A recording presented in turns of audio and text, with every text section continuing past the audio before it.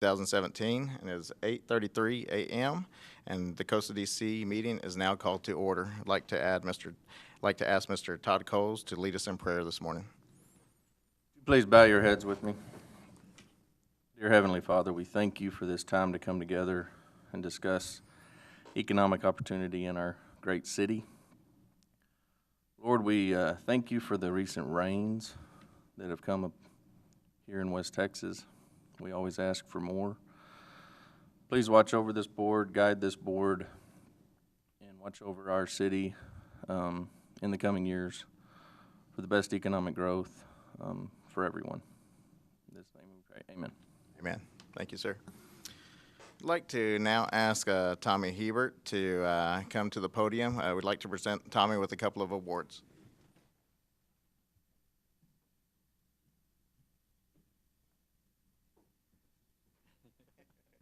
All right, this is two awards that we'd like to present Tommy for his part of being with the City of San Angelo Development Corporation. Tommy was on the board from July 2004 to February 2011, and then served a second term from July 2nd, 2013 to April 26th of 2017. So this is a certificate of recognition to Tommy. Yes, sir. And also during his time, we'd like to present him with the President Award for serving in the capacity of President of our organization. I'll hold it for you.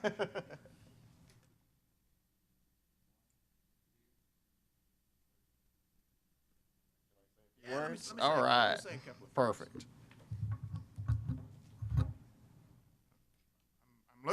I'm looking at y'all, but I'm looking at everybody else too. Yesterday, the City Council finished for the most part, finished our budget.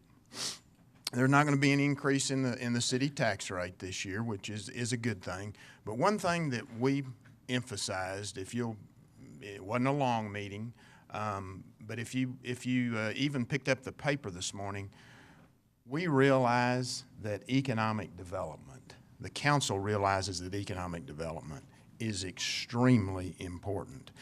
We need everything that we can muster to grow our commercial and industrial tax base, and that's you guys. Having served with all of y'all, and I know that is a focus. Keep it up. Another thing that we talked about yesterday that we've talked about in here when I was on the board with you guys was encouraging, this didn't come out publicly, but I've talked to several of the council members and the mayor, encouraging our local businesses to do business locally. When we talk about buy local, I think we oftentimes think of retail. That's great, but there's also a lot of commerce that takes place business to business. And I know it's easy to just sit down on your phone or in front of your laptop or on your tablet and go to Amazon, or that does not help the city of San Angelo at all. So I encourage you all to pursue still the business-to-business initiative, encouraging businesses to do business locally and to keep up your good work, because, you know, we ultimately see what you guys do, and I know y'all have got some good things going. So I encourage you to keep doing what you're doing, and thank you for what you do. Roland, Bob, thank you. Nora, thank you. Dan, Chamber, Michael, Dave, Mike, Clifton, you're here. You guys play a part of ASU, so thank all y'all for what you do. Appreciate it. And I appreciate the recognition, too. Thanks. Thank you, Tommy. Yeah, and we'll, with your motto, we'll continue moving at the speed of business. Oh, my God, he got it in there. I was gonna say that, but I refrained. But I have used it with the council already, so I didn't want to let you guys down. Oh, my gosh. All right, we are now moving to public comment. Issues or items that are not on the agenda may be raised by the public at this time. Citizens should speak from the podium, beginning by stating their name and limiting their remarks to less than 3 minutes. Board members may request that a discussed item be placed on a future agenda. The board takes public comment on all regular agenda items during the discussion of those items. is now open for public comment. Okay, there being none, we're now closing public comment and moving on to the consent agenda. We're going to change on the consent agenda for the board members. We're only going to approve line item A, considering approval of July 26, 2017 minutes, and considering approval of July 2017 financial statements. There is a amendment that's going to be presented on line item B. So if I can get a motion on the consent agenda only on A and C. So moved. Okay, Mr. Tankersley, second by Mr. Coles. All in favor? Aye. No nays. All right, now we're moving on to, we're going to ask Nora to come up to present on the revision to line item B. Good morning, Board. Morning. I provided each of you a copy of the revised disbursement. The item that in question was the invoice to the Chamber of Commerce that's highlighted in yellow. Needed to make an adjustment on that. The amount that was entered, I needed to correct that. So that is why we're just making that revision. Okay. Any questions for Nora? Is this the corrected? This is the corrected. Oh, yes, the one that's highlighted, yes. Okay, motion's on the floor, second by Mr. Coles. All in favor? Aye. All right. Thank you, Nora. Okay, now we are moving on to regular agenda. We're going to receive an update presentation of the San Angelo Chamber of Commerce Marketing and Recruitment Report for the COSA DC Program of Work, presented by Mr. Michael Looney, Vice President, Marketing and Recruitment for the Chamber. Good morning, Michael. Good morning, Board. Thanks for having me. Yes, Good sir. to be here again. Since we have some new board members, Todd, wanted to lead off with a brief overview of what the Chamber of Commerce does for the community and for COSA DC, for those who might not be familiar. The Chamber is a membership organization whose purpose is to foster and promote a business and tourism environment which assures the economic growth and well-being of our members and of our community. We conduct Chamber programs, membership services. We have a tourism bureau, we manage the State Visitor Center, and we have an economic development department. The mission of the Chamber of Commerce Economic Development Department is to develop and support and advance growth in the city of San Angelo. Our goal is to promote growth and increase the tax base for the community by attracting new companies and assisting existing businesses. The Chamber of Commerce has a long-standing relationship with COSA DC and is contracted by COSA DC to conduct marketing and recruitment efforts to support a number of business initiatives in San Angelo, and we seek out primary employers as our main objective. The COSA DC contract is organized into a series of tasks. These tasks require the Chamber to accomplish the following deliverables, as you see on your screen. This includes, in part, an annual community profile, project research, monthly business barometer, trade show attendance, company outreach mailers, site selection assistance, state-level marketing, out-of-town call trips, conducting site prospect visits, and Goodfellow Air Force Base support for their missions, just to name a couple of them. The Chamber of Commerce Economic Development Division's objectives are to target industries that are most compatible with San Angelo. And as you can see on that past list, we do a lot to reach these goals. Some of these things that I enjoy most doing are probably the site visits and the outreach missions where we have companies come in to see us and we can show them what we have here in our hometown and the economic base that can support them. 2017 Mid-Year Marketing Review. So far in 2017, the Chamber has attended the Bio International Trade Show in California in conjunction with the State of Texas Economic Development booth, where we were members of that trade mission that went out to the trade show. We've made call trips to San Diego, to the Odessa Midland area to visit potential prospects, and we have sent over 400 mailers to professional site selectors and manufacturing companies throughout the United States. So far in 2017, the Chamber's been working with 5 prospective manufacturing companies, 3 of which have already toured San Angelo, and as you can see, we have a company committed and 1 inbound.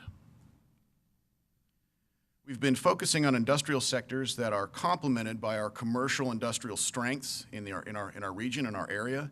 These sectors mostly are medical manufacturing, trucking logistics, heavy industrial manufacturing, and food production. At this time, we have several actively engaged prospects we are working with. Project Med Center is a biotech lab Project Home Care is a large skilled nursing facility. Project MedTech is a California-based medical products manufacturer that we went out and saw in San Diego. And Project Tank is a steel tank manufacturing company. And right after this presentation was sent to COSA DC for this board meeting, we engaged another steel company identified as Project Roll. And notably, this lead was generated as a supplier by Project Tank. So we're trying to create as much symbiotic relationships between those companies that we're talking to and any suppliers that they may have. We find this is a really great way to find prospects. Of the transactions we have in prospects, 6 of them are in various stages of due diligence or negotiation, and we have estimated the number of jobs based on the employment predictions that have been given to us by these prospects. If we're to land them all, we'd be around 300 new jobs, mostly in the fabrication and manufacturing industry. So again, primary job creation is our main focus.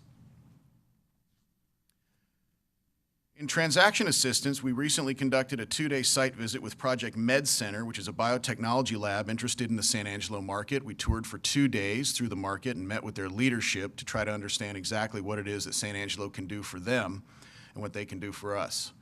We received a request for information from the company identified as Project Home Care and provided them with a detailed market research package on their due diligence effort. And we paid a site visit to Project MedTech in San Diego, California to study their facility, meet with their leadership, and gain a better understanding of what they would need should they decide to ultimately relocate their facility to San Angelo. And as a matter of encouraging this transaction, we arranged and conducted a phone call meeting with Secretary of State of Texas, Rolando Pablos, whom I met at the Bio International Trade Show. And so we got him on the phone with the prospect, and it was a very, very well-received phone call. And it was really nice to be able to have that kind of support from the actual Secretary of State of Texas to a prospect interested in San Angelo. And so that went very, very well. And that just kind of shows you the lengths that we'll go to try to encourage companies to come here. And if it means calling on the state, calling on the Secretary of State's office to get a direct phone call from the Secretary himself, we'll do it. Successful projects. 2017, we started working with a company called, it's called First Flight Air Ambulance. We started working with them in September of 2016, and they commenced operations at Mathis Field in 2017. As you can see, it's a smaller company. We created 8 new jobs. They leased 7,000 square feet of hangar space, and there were no incentives involved in that transaction. We also market our local facilities to prospective companies. And this is a list of companies that have, or properties that we've toured with several companies throughout the year. We not only pay attention to the industrial park, but we also have a number of other properties throughout the city that we market. These are vacant facilities that are generally used for manufacturing, oil field services, and the like. When it comes to reporting to COSA DC, that's very important. We report in a number of ways. We recently created a COSA DC standing committee that is between COSA DC and the Chamber of Commerce, made up of representatives of each board. Some of you are on that.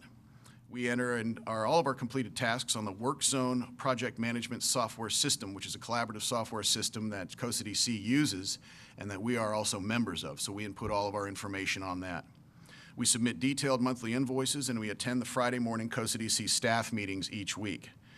So as you can see, we have an ongoing communication with the city in addition to our semi-annual and quarterly reports. The Chamber COSA DC Standing Committee has produced some good results, namely fostering a greater degree of communication between the two organizations. In trade shows, in accordance with our contract, we attend trade shows that focus on compatible industries. We attended the Bio International Trade Show in San Diego, and we are set to attend the West Tech Manufacturers Trade Show in Los Angeles, and we're going to be a member of the Team Texas delegation. So this is a state delegation that goes out to the trade shows and runs a booth and does their very best to attract new prospects. In 2017, in front of you, you'll see our latest community profile that you have in front of you. This community profile is also linked electronically to the COSA DC and Chamber websites. We put a lot of hours and time into the profile, and we're very proud of that product that you have in front of you. And it also garners a lot of attention from our prospects. They really like looking at it, and it's very, very informative, and it gives them a really good overview of our city and our capabilities. This year, we also launched a searchable commercial property database. This is also linked to the Chamber and the COSA DC websites. This allows the prospect or site selector to search for properties in San Angelo, and all the information is updated monthly. In our national print marketing efforts, it included a half-page ad in the Governor's Texas Wide Open for Business magazine. This is Texas Wide Open for Business. This is the trade journal that the Governor's office sends out and takes with them when they go on trade missions. And this is also available on their online version, which is linked to the Governor's website. In keeping in line with our print materials and our marketing campaign, we produced the Biomedical Health Sciences brochure featuring an available clean room space located on Tractor Trails. It's a former Ethicon space. And this was also taken with us to the biomedical trade show that we attended in San Diego. And we produced a similar one that you see in your community profile that highlights the advantages and capabilities of our fabrication sector. And that's sent out to our national manufacturers that we campaign to as part of our outreach campaign. We also produce articles and publications, and we recently were featured as a contributor to the Global Trade magazine article on America's Manufacturing Renaissance. And we were also recently featured in the San Angelo Live article, Is San Angelo About to Experience Another Economic Boom? So we try to stay out in front of the public through outreach and through newspaper articles and articles that we write in collaboration with the editors of trade magazines. Again, in keeping the theme with public outreach and notification of how we're doing and what we're doing in this city, we do a lot of TV, radio, and speeches. We conduct regular TV, radio, and public presentations in order to inform the community about economic development trends. And we like to talk about development trends, issues, new developments, and opportunities. And we are really appreciative of our media partners who've invited us to broadcast our message. So we do TV, we do radio, and we also do public appearances, public speeches. The Chamber also serves Costa DC's efforts with participation in local and regional transportation initiatives through our involvement with the Metropolitan Planning Organization, of which we're a member of the board. We're also a member of the MPO TAC Committee and the Ports to Plains Initiative, Gulf Coast Strategic Highway Program, and we're on the Airport Task Force Committee as well. So transportation being a very, very important part of our economic development program for San Angelo, and we stay right in front of it and we stay involved with it. Goodfellow Air Force Base being our largest employer, we play an important role in supporting the mission of Goodfellow, and we lobby at the highest levels. Last winter, we sent a delegation of community leaders to Washington, D.C. to lobby for the protection of the current base missions and to encourage new ones. And there's a picture of the team that was sent up by the Chamber up to Washington, D.C. The following slides will show you some of the information we produce and provide each month, as well as, and we give this to existing and prospective businesses considering San Angelo. These are sections of our monthly business barometer, which we've done for many, many years, and this tracks the general health of the economic sectors in San Angelo. And you can see some examples: MLS statistics, labor market statistics, building permits, and single-family housing permits. This is just a few sections of our barometer. And we also track this in comparison to other cities in our region to see how we're measuring up to them. At this time, I'd also like to update the board on some important industry trends that we're tracking at the Chamber in recent quarters. We are seeing an increase in oil field-related companies considering San Angelo and inquiring about available sites and available labor force. Our economic development partner, Concho Valley Workforce, also reports a marked increase in the need for commercial drivers, fabricators, and oil field technicians. The San Angelo area oilfield equipment fabricators have been seeing and reporting to us a steady hiring since 2017 began, with a dramatic increase the past couple of months. And to give some indication as to why this is, you have to consider that in August of 2016, so a year ago, there were 177 active rigs in Texas. And rig count's really the basic measure we use to determine the health of the oil field. Today, there are 466 active rigs, so that's 289 rigs added in the past 12 months. And of the 466 rigs, 81% are in our neighboring Permian Basin. And that's the highest count since March of 2015. So far, $28 billion estimated has been invested in Permian land acquisitions, which is more than triple the amount invested in 2015. So at this time, our neighboring Permian Basin contains an impressive 51% of all U.S. drilling rigs, and San Angelo is feeling the effects of this. The jobs in San Angelo are here, and many are related to an increase in this oil field activity and related service companies that do fabrication for the equipment that's needed. The The San Angelo economy is experiencing a strong increase in the need for CDL drivers, field technicians, alloy fabricators, oil field crew chiefs, and other related service positions. There are a lot of opportunities in San Angelo. Right now, the Workforce Board reports there are 1,500 job openings in San Angelo, 300 of which are oil field related. And they're struggling to fill all those positions, but they're making progress. And then finally, the Chamber has several new economic development organizational initiatives in the works. Some of you may know about them. We formed a joint Costa DC Chamber Standing Committee, which I just mentioned earlier. This provides enhanced collaboration and communication between the two organizations as we work together to improve our economy. And we are researching and developing a refined Costa DC Chamber contract. We have formed an Economic Development Advisory Board, and we've increased our Economic Development Committee membership to include our Cornerstone investors. And if those of you who don't know, Cornerstone is an organization that supports the Chamber financially, but we also brought them in to support us with methods of advising us on what they're seeing in the economy and what they're seeing in the business community. So anyway, that's kind of an update of what's going on for the mid-year report for the Chamber of Commerce Costa DC contract. I'd be happy to answer any questions that you might have. I'm going to stick around after the meeting, so if you want to come at me privately behind closed doors, we can certainly talk about what we're seeing. And it's a real honor and a privilege to be able to work for you and to work for the team at Costa DC. Any questions? I got one. Can you give us just some insight as what are we doing with I-14?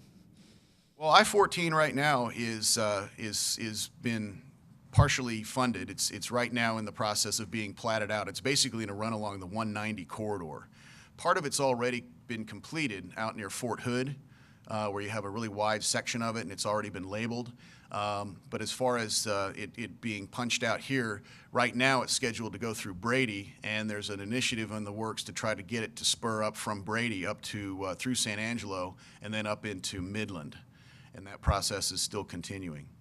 How's the chamber? I mean, what are you guys doing? 'Cause I know that that's big pie in the sky plans, but it's still. It's a long-term plan. Yeah, we've been involved with that, just tracking it and being involved with leadership, membership of the initiative based out of Killeen. But that also speaks to Ports to Plains initiative too, which we're very involved with as well, as you know, Scott.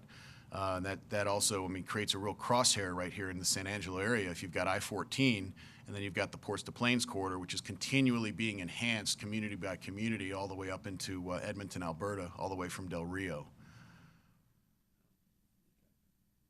I have one more question. We talked about the Costa DC and Chamber Standing Committee meeting. We've had our meeting. When do you anticipate us meeting again? I'd like to see that come hopefully in September at the latest. It's been. I see no reason why we couldn't do that. I think it's a great idea. I think bringing the two teams together from a board level is really, really important. It is critical in this economic environment in this country for us to work together. There are other cities in our region that are doing well. We're doing well. There are over 1,600 communities in the United States that are all pushing for economic development with incentive programs, with highway construction, heavy-duty training for their employees, and we cannot lose ground, so we have to stay ahead of it. And San Angelo absolutely can stay ahead of it. We've got all the tools. A lot of them have been deployed already, and we've got a super great future. So it's really important for us to continue to work together. So I appreciate that very much, and I will absolutely get on that and make sure that we have another standing committee meeting planned very soon, and I'll keep you guys up to date on that. Very good. Any other questions? Any other thoughts? Michael, I have one. Y'all do a good job with the marketing for going out and trying to bring business here. Yes. I would love to be able to see local businesses be marketed for their own expansion. And I know that there is some, the radio, and I'm not saying y'all don't, I'm just. No, I'm with you. I would love, if I'm a local business owner and I'm looking to expand, I want to know before I even think about it that I need to go to the chamber, I need to go to Costa. I need to know that I can do those things that kind of spur me to call on that. Well, the Coast DC does a really good job of reaching out to existing manufacturers and your more primary employers, which is really kind of the main mission of the chamber of our division, of the Economic Development Division, as we're contracted with Coast DC. The chamber itself has a much broader reach, which reaches out to retail businesses like yours and other companies, service providers. Our main objective is to go after companies that are going to essentially create something here in San Angelo and then import those dollars in. So we're creating and then importing. And I'm going to let Dan Koenig speak for just a second about that very question, Todd. Thank you, Michael. Thank you. Just briefly, I think as we look forward to an amendment or a revised agreement for services with Costa DC, I think one of our biggest opportunities is the recruitment and retention component, and to create a very specific and programmable workload to call on local businesses, to look at suppliers, to look at leads.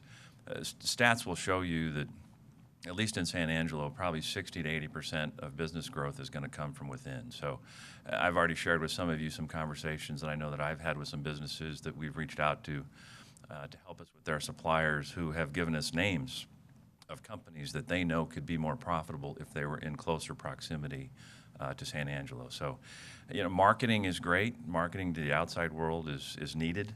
It's needed for branding. It's needed for imaging. It's needed for a lot of purposes. But I think the real job growth, particularly with the demographics and the location that San Angelo has, is going to come from within. And to develop that contract in partnership with Costa DC that helps us call on those businesses. In addition, in those calls, if they're structured correctly, you can start to identify risk, you can start to identify opportunity, you can start to identify barriers. Is it a skilled workforce? Is it a labor availability?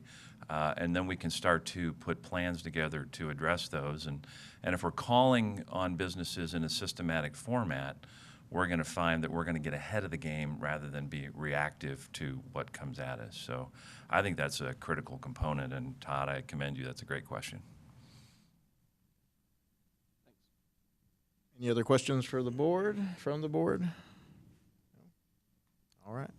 I would like to add, though, just tying into what Dan just said, we did get an outreach just a couple of days after we submitted our report to Costa DC, which you've seen now, from a company that we're working with very closely, and we've already met with Bob and Roland and one of the county commissioners, and they supplied us with a fairly robust lead. And so that was just an excellent example of how working with our existing companies and finding their suppliers and getting names and getting those leads is really, really important. So that's a strategy that we're definitely keen on, and we're deploying right now. But thanks again for your questions, board. Good to be here. Thanks for the Any report. other questions? Very good. All right. Thanks very much. Appreciate it. All right, now we are moving on to agenda item B.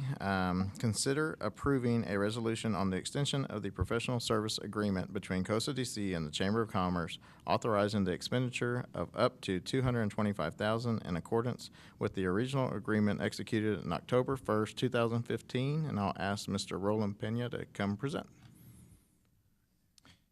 Good morning, board members. Looks like some of our slides must have realigned themselves, but obviously this is just administrative in nature. It is approving the third year of the Chamber of Commerce Professional Services Agreement for marketing and recruitment. You just heard some of the scope of services from Michael Looney and Dan Koenig. The contract does clarify the targeted industries.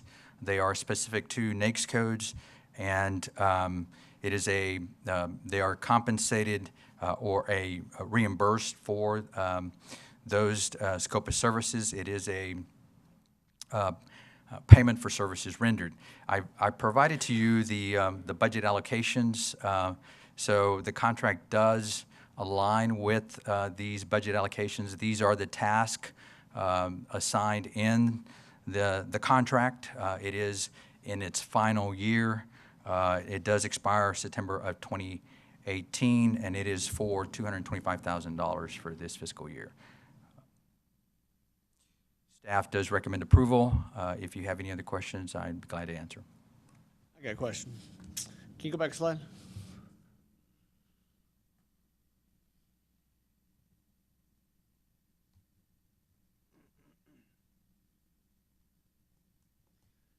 So 60% of that goes to personnel and operating expenses. And I didn't say anything a second ago, but Todd, I love what you said about, chiming in with what Tommy said about getting more, the business to business, our BREP program. I would like to see where I'm going with that. I would like to see more of this budget go to marketing stuff, handouts or something. I don't know how we can I don't even know if we can even have that discussion right now, but I think there does need to be more of that, more in-town marketing, and I don't know how we do that. I don't know where that comes from. I'm just throwing that out there. Because Todd's right, Tommy was exactly right. That was, as much as I like to give Tommy a hard time about the move it at the speed of business thing. It's a really good thing, in my opinion. And I like to, I hear, used to, I've been on this board a long time, and I used to hear a lot, well, why don't y'all invest more in the local guys, and I haven't heard that in a long time because we've been doing that. Mm-hmm. But I would like to see us doing more of that. I don't know how that works, though. Dan, you may have to answer that question for me. I don't know. Can we change allocations in that, or can we suggest? I mean, because I don't even know. I know we have to get this approved, so I'm bringing this into the 11th hour, and I shouldn't be doing that. But you can make any changes that both sides agree to. Mike. For the contract renewal, which occurs after September 30th of each year, fiscal year, Closer to the mic. You can renegotiate any of the terms that are in there as part of the renewal process. May I make a comment? Just Dollar amount stays the same, right? Yes. Okay. yeah. Well, and we've had that discussion. I won't get into that part about that, but I really like what Todd and Becca and Tommy's doing. We need to get more of our local guys realizing that we're here for them, that the chamber's there for them, and maybe we've lost some of that. I don't know. Let me add to the discussion. I think in years past, or at least when we put together the agreement, the intention was to market to the outside, to bring outside companies, bring outside wealth into our community, to have new capital investment, new dollars be invested in the community, and that had been the focus.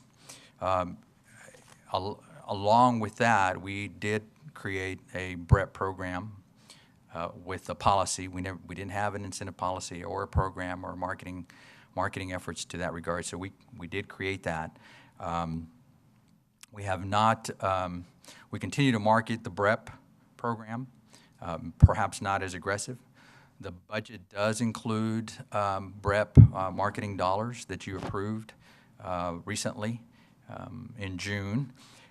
So the only thing if it is more BREP that you want to include in this contract, I think we can do an amendment to that. But I would just caution that we have, this contract is the only contract that we have to conduct outside marketing. But I guess the other thing we could do, because I think it's important to continue to recruit from the outside, is Costa DC could do more of the outside marketing. So we could try to do that as well. We'll incorporate that into our plan of work. So I don't know, I'll refer to Dan. Dan had something to add. Just Dan. Todd, Scott, Roland, you guys are spot on. You really are. So since the last time that we put our little subcommittee together to meet, staff has been working to provide some benchmarking, best practices in other communities, percentage of budgets allocated, those kinds of things, so that when we can present to you perhaps an amended agreement, and if you look through our contract right now, it's rather restrictive in how those dollars can be used. In fact, the contract kind of really basically spells out all those dollar amounts and does not really allow us as the chamber to reallocate those dollars. So it is a rather rigid, fixed agreement for the most part, external marketing services. And so as we come back to you with an amended contract, I think you'll see we already have some internal revised markups to allow that flexibility to shift not only that marketing, but more dollars into BREP and those kinds of things. So when we meet again as a subcommittee, I think that's our topic.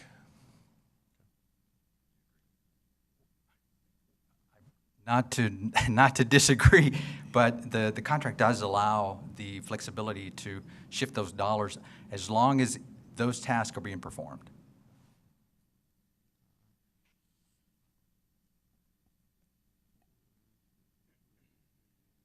Well, it seems like, I don't know, the board kind of might have some more questions. I don't know. Is that an item that we could move to executive session, Dan, or is this, I mean, we just, No, that is not an exception to the open meeting on negotiating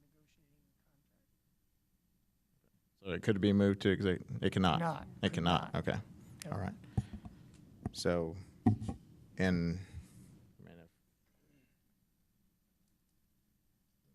this is a motion item, so, So let me just add to help kind of maybe facilitate this with the board. okay. I think it's staff's interpretation that the chamber has the flexibility to be able to shift those dollars within those tasks. Obviously, you only have a heading.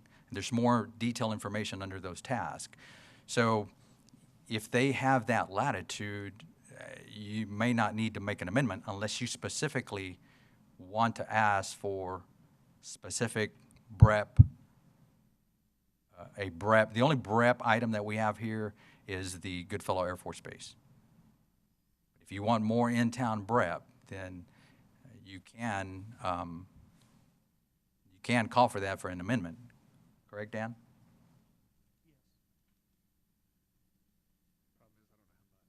But they can also do that in the committee. The committee's for the following year, correct? Correct. The committee's been formed to help negotiate a new contract.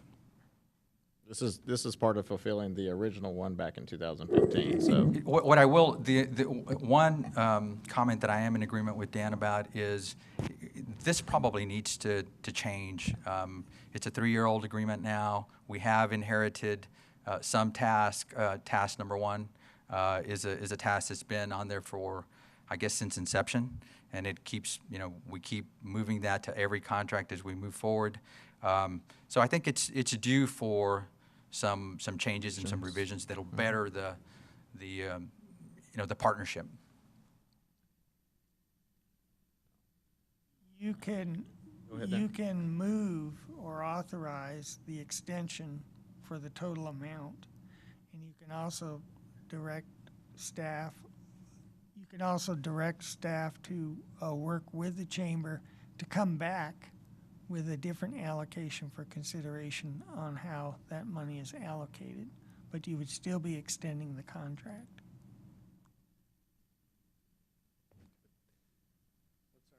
What's our motion? Is our motion for extension? Motion is another for 3 approval. years of this contract? No, this is just to fulfill the final year of this contract. Okay, all right. Well, then I would. 3rd year. This is the third and last year now. The subcommittee will come back with a recommendation to the board after meeting with the chamber and our subcommittee and trying to come up with a revised, whether it's a year or 3-year contract for the following. So, This is 225, yes, sir. This is 220. and it has been 225 since the beginning. No. No. No, sir. It was 250. This contract. This contract has been at 225 since we executed the contract. The prior years, I think. For the past 3 years. Correct. It's That been is correct. 225. So this is not an increase, this is Past not. two, this is year three. This is the final year. Well, with what Roland mean- said, obviously the 225 is good. I mean, I'm not gonna get into that discussion we've had before about budget and our economy, but I would like to see the chamber and COSA DC work together to reallocate more of that money to marketing. I wish I had a number already in my mind, and I don't. I wish I Rep did. marketing or outside marketing? Well, combination. Marketing overall. Marketing, yeah, just Okay. more. I want to see more marketing because that's when I think Chamber of Commerce. That's what I think. I think they're marketing the city of San Angelo, and I just want to see more marketing. I understand that personnel and stuff like that's part of facilitating the marketing, but I want to see more marketing. Maybe this'll help. One of the requirements of the contract is that the chamber has to bring forth a marketing action plan, and we're bringing that to you next month in September.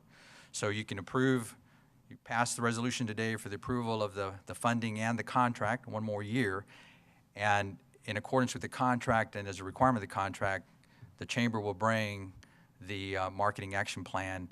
And under the terms of the contract, that marketing action plan is worked out between the chamber and staff. So I think that may fulfill what you're looking for. They'll bring that next month, and you can provide feedback on that marketing and action plan. And it does require board approval of that marketing action plan. I'd like to add, this is what it is, it's fine. I think we all want the same thing. So it's just a matter of playing the game of how to get the best economic development for the city. And these are the guys that kind of implement it for us, and however we need to adjust this going forward is extremely important. But so long as we stay on the same page and our goal is the same, I think we're in good shape. All right. Well, like I said, this is a motion, an action item, so I would need a motion from the board. Mr. Coles, second. Second it. Mr. Tankersley, all in favor? Aye. Okay. All right. We are now going to move on to regular agenda item C. It's the public hearing on the expenditure of up to $225,000 fiscal year 2017-2018 for the Chamber of Commerce Economic Development, Marketing, and Recruitment Professional Services by Mr. Pena. So just like the item that you just voted on, it is more administrative. This is a requirement by the local government code to conduct a public hearing under the 4B sales tax. We are required to hold one public hearing before spending the money to undertake the project. It is considered a project of the COSA DC board. It does involve economic development, marketing, and recruitment. Obviously, you heard examples of how that is conducted through Michael Looney's report, and you've seen the task. It is for the final year. It is a contract that is subject to renewal. Again, this is the final year. The scope of services does include the 9 tasks, as you saw with the budget allocations. And it is for reimbursements of services rendered. It is in the amount of $225,000, and there are the budget allocations as presented here a few minutes ago. Only action required is to take public comment.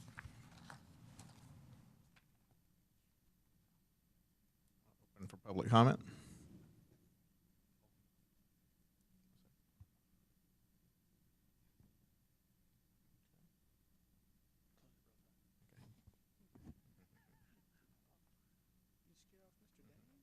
Brenda. Morning. Morning, everybody. It's Brenda Gunter. How are you? How are you today? Good. Sorry I'm a little late. My restaurant doors were left open last night, so we kind of had a little problem this morning. So here I am. I want to speak about a couple things that I think are really important as we talk about budgets and where we focus our energy and efforts going forward. And certainly one of them is focused towards Goodfellow Air Force Base. It is, as you know, one of our largest employers in this city. It has a dramatic impact not only in terms of the people that are here on missions, but the people and the families that work for the civilian force that works for Goodfellow Air Force Base as well. So we will be presenting some programs that we would love support from COSA DC on, because we think in the big picture it could have one of the biggest impacts in terms of our economy going forward. So we ask for strong consideration for those issues. I also would like to talk about some important issues as far as I see in terms of where San Angelo goes forward, and that is that we talk a lot about, or you'll hear me say a lot about planes, trains, and automobiles. And as we talk about industrial park and growth of industrial parks, I want to make sure that we broaden our vision in terms of what we need here as industrial parks. Certainly the existing industrial park we have accommodates, if you will, the idea of automobiles, trucks, but we also have an airport, and we need to make sure that we have focused a lot of energy and efforts in terms of how we can grow that airport. We today have a lot of airspace, and that airspace is there because, in fact, we only have a few planes coming in and out of that airport. If you were a passenger and you came off of that airport today, you would see a bunch of mesquite trees. I apologize for interrupting, but the matter under consideration is just the extension of The chamber of contract. Commerce contract. Okay.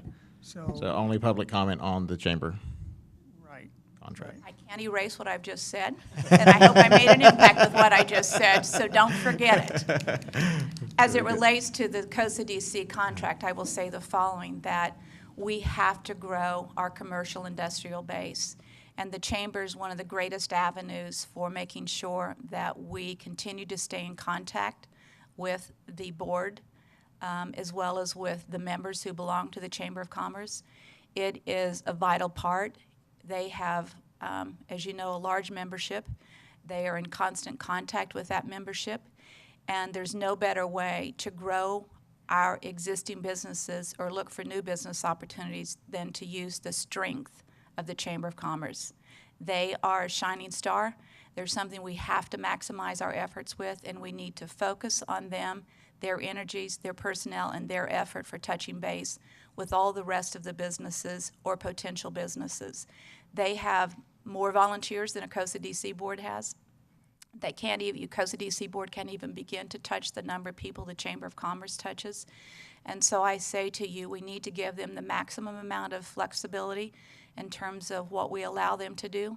We need to make sure that we don't saddle them through a contract with too much burden as it relates to paper. We've got to get them out there, and they've got to use their voices, not their paperwork, to touch base with potential and existing businesses. So I ask that you support the contract. I ask that you continue to support COSA DC and the economic development efforts that they have started and will continue to do. Use them as a resource they are. Don't penalize them and burden them. Thank you. Thank you. Any other members open for public comment? There being none, we will close public comment on this section.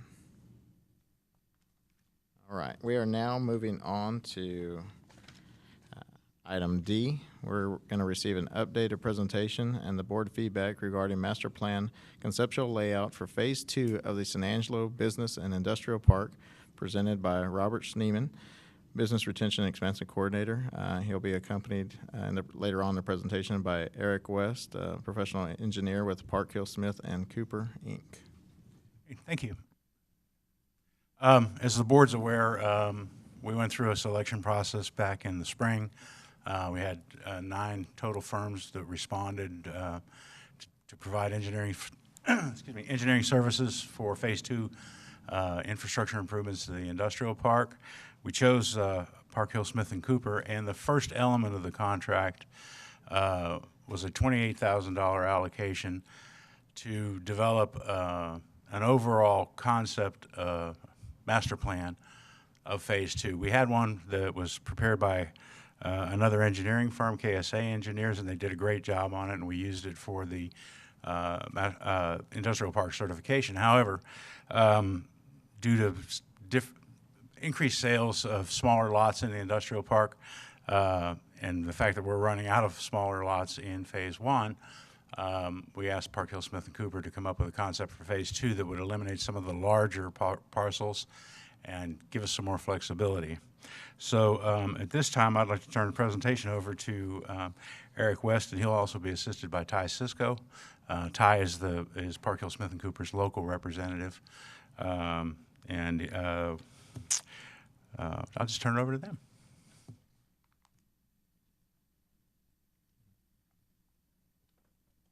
Thank you, Bob. Good morning. Lord, good morning. It's great to be here. So my name is Eric West. I'm an owner with Park Hill Smith & Cooper. I reside in our Midland office, and so my ears perked up when you talked a little earlier about the Permian Basin and I-14, and I actually live right in the middle of all that activity in the oil field, and am actually on a chairman of a transportation alliance that is really interested in the I-14, and we're pushing that hard and want to work with San Angelo on that. I think that could be a great thing. So if you want to get coffee later and talk highways or anything else, I'd love to do that.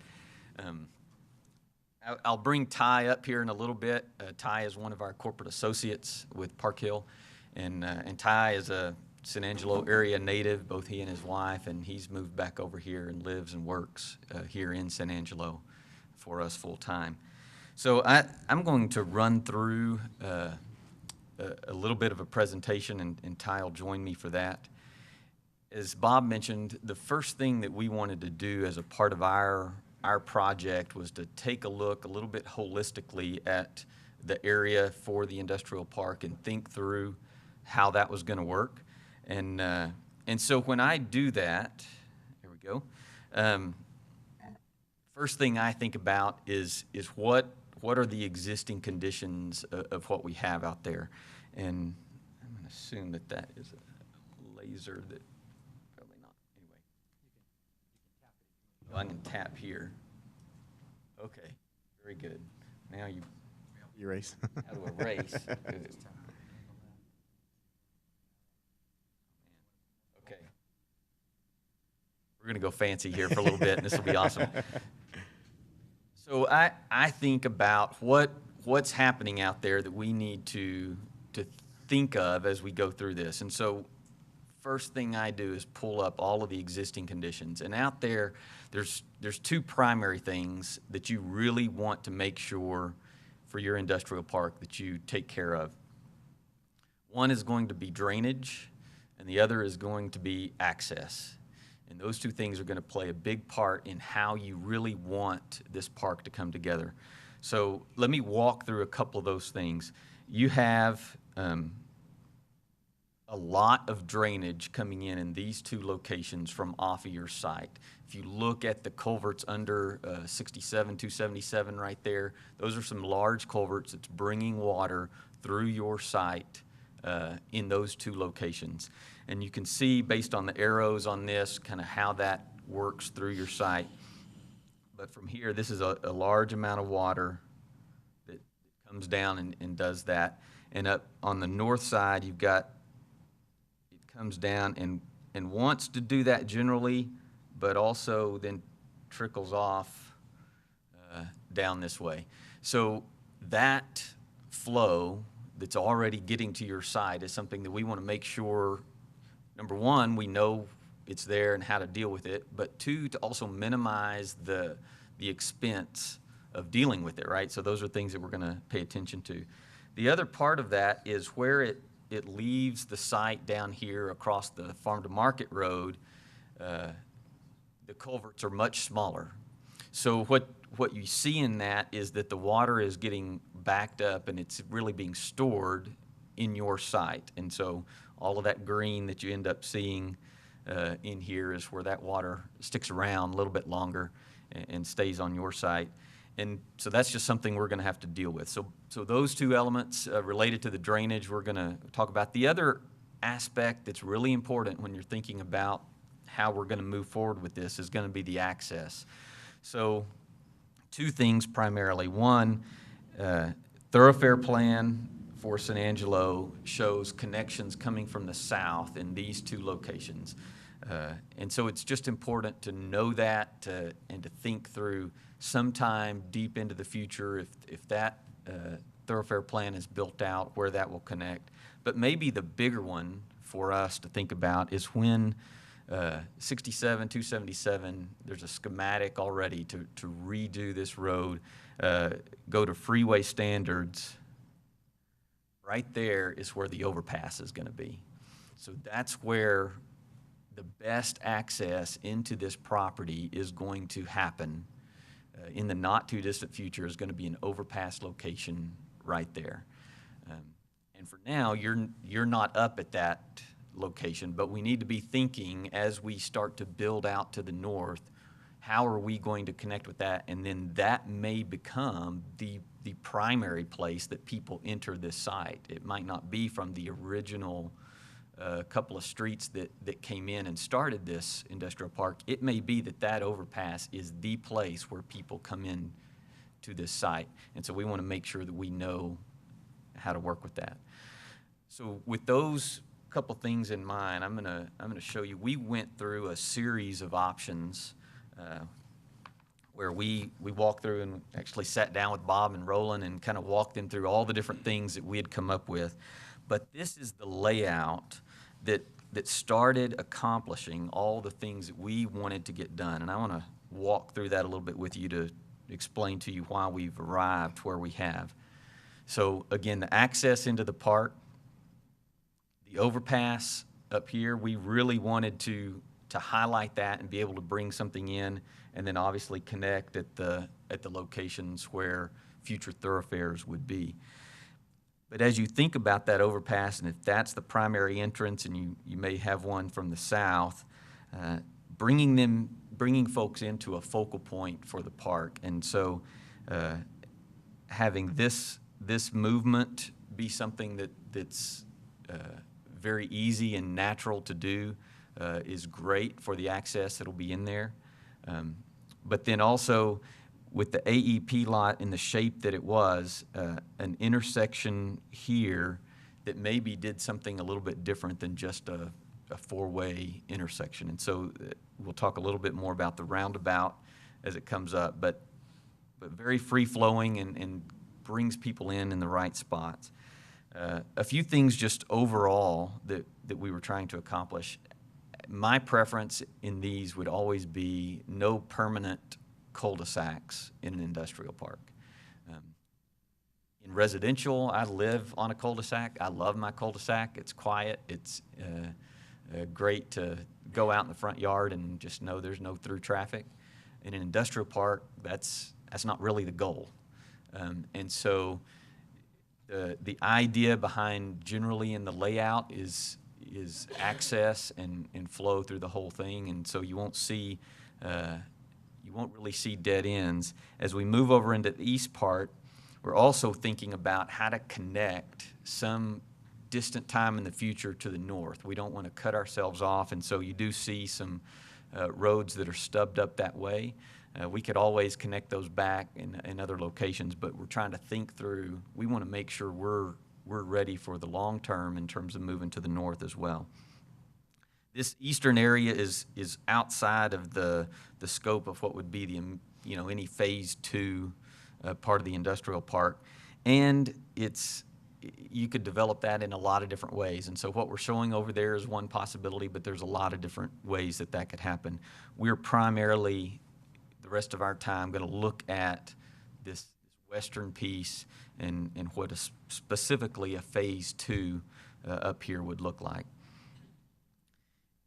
I mentioned the drainage, and so here's how I'm trying to work with that drainage in the best possible way. Obviously, what's coming in here, we're trying to then utilize some of this space right as that water comes in that's kind of tucked between an existing channel location and existing sites, and we've got some space there that we can start to store some of that water and bring the peak flow down so that we can handle that a little better. We've also, what we've tried to do, or what we have done, is limit the number of major crossings of any of that drainage. So it's going to come here, we're going to have a crossing at that location, and we've tried to not have any additional crossings of that major drainage. So it's one of the reasons why this road comes around the outside, and the crossing of it is going to be a smaller piece. And so from a cost standpoint, we've eliminated some of the large culvert work that might have to be done. And earthwork is going to be much less expensive than large structures. And so that's one thing that this layout does for us. As Bob mentioned, we're trying to get a mixture of some lot sizes, maybe have some that are a little bit smaller, and so you start to see some lots within this northern piece that are a little bit smaller than what we've had in the original phase. And the nice thing about those is that they are easily combined. So if we do need the larger lots, you just take two of those adjacent to each other and you've got something. But we've got plans for those smaller lots that we can utilize. Sure.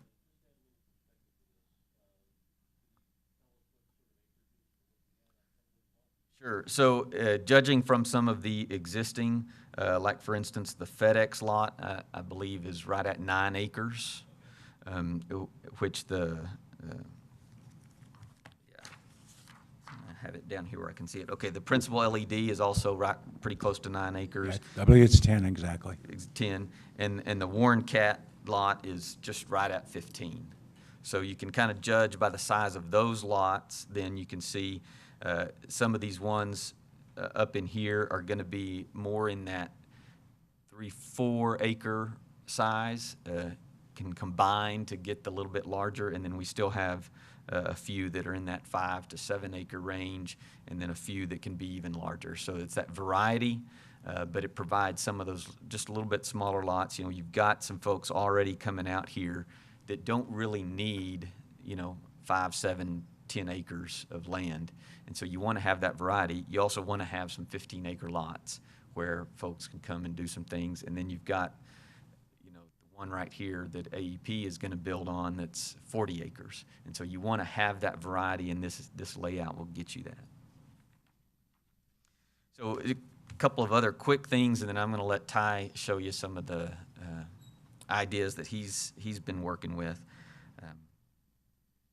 We are providing that detention regionally so that each of these sites will not have to create their own small detention facility for their site. So as we work with some of that water that's coming onto the site already, we can do enough storage in there to allow those folks to utilize that detention. So we're going to think about that drainage for the whole phase of development that we're talking about. And then we've also, we know that there's a desire to get a substation out in this area somewhere. And at one time, a spot was identified with this layout.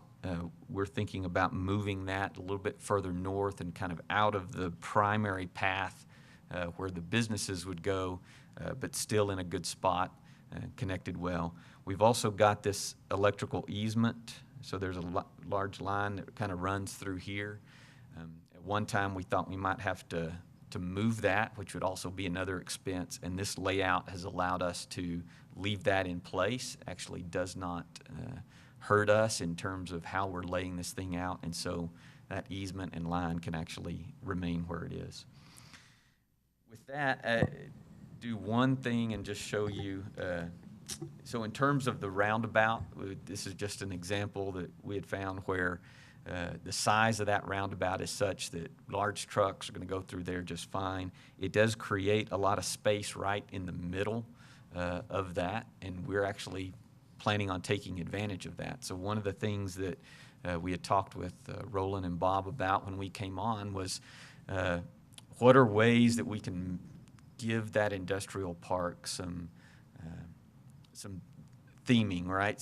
Something that is identified when people think of the business park, that there's something that sits in their mind.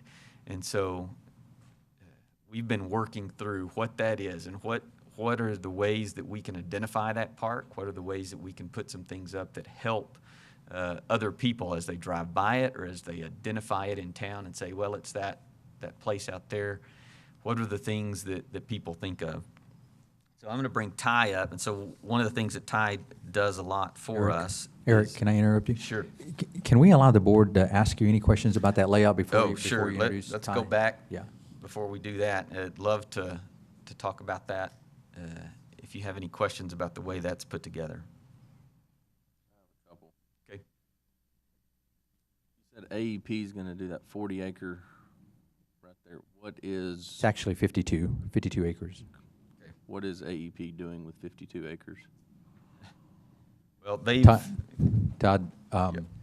they purchased the property from us and have kept it very low-key. I have only seen one comment by our local AEP representative speaking of building a transmission-related facility, and I think it's about 100,000 square feet.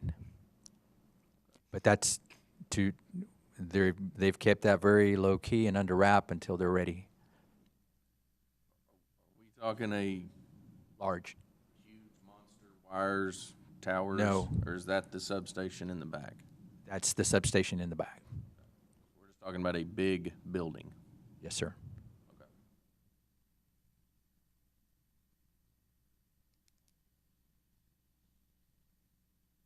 Okay. I wanted to point something out for you. We already have drainage issues at that location right now. I think Bob has mentioned that in the past.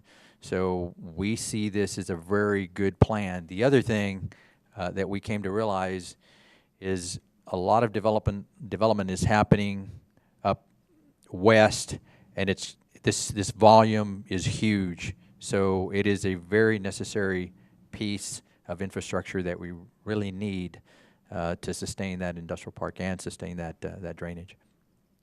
The blue area down here to the south, is that also a retention pond, or? It will be, and so that's actually where all the water gathers right now. I mean, it's so in a natural state, that's where it goes and fills that in. What we will do is improve that, increase the volume that is of storage available in that, so that we can capture all of that water in that location where it's trying to go anyway. When the final design is complete, it may not look exactly like that. I mean, that's just kind of a footprint for now of what we think we need. Obviously, the design will take some aesthetics into consideration. You said there was drainage problems with the culverts being smaller on the farm to market road. I mean, obviously that's not part of this, but from my understanding, this will ease the flow into them and have it more, it won't be backed up as long because we're doing this, correct? That's right. And so all the improvements will help control what that flow We is. can tolerate, and basically. the output is probably going to remain the same, and it will be a matter of gathering that in locations on your property where you can control that better and then provide developable lots all around that. Or it won't be a hindrance like it is now. That's right. Okay. Very good. So I'm going to let Ty then walk through some things that he's been working on. Thanks, Eric. Again, my name's Ty Cisco, and having grown up in the area and doing work across the road at Howard College, I was having trouble, finding it. Where's the limits? Where does it start and end? And so really what I noticed is until you get to the entry road and see the new signs that Costa DC's put up, you can't see it. And so what I had done is go through an exercise of what would it take to see it from the exterior roads. You know, from the south side, this is a highway view. Okay. Sorry, from the south side, this is your view along the roadway. This is kind of on the Howard College side looking across the road. But as you can see, you know, there's really no indication of what it is. It may be, you know, kind of a, is that a barn? Is that a building? Is that an industrial park? What is it? So there was some question in my mind as to what people kind of thought it was and what could we do to help them figure that out. So these are just some images that I took to kind of spur that thought process and conversation on.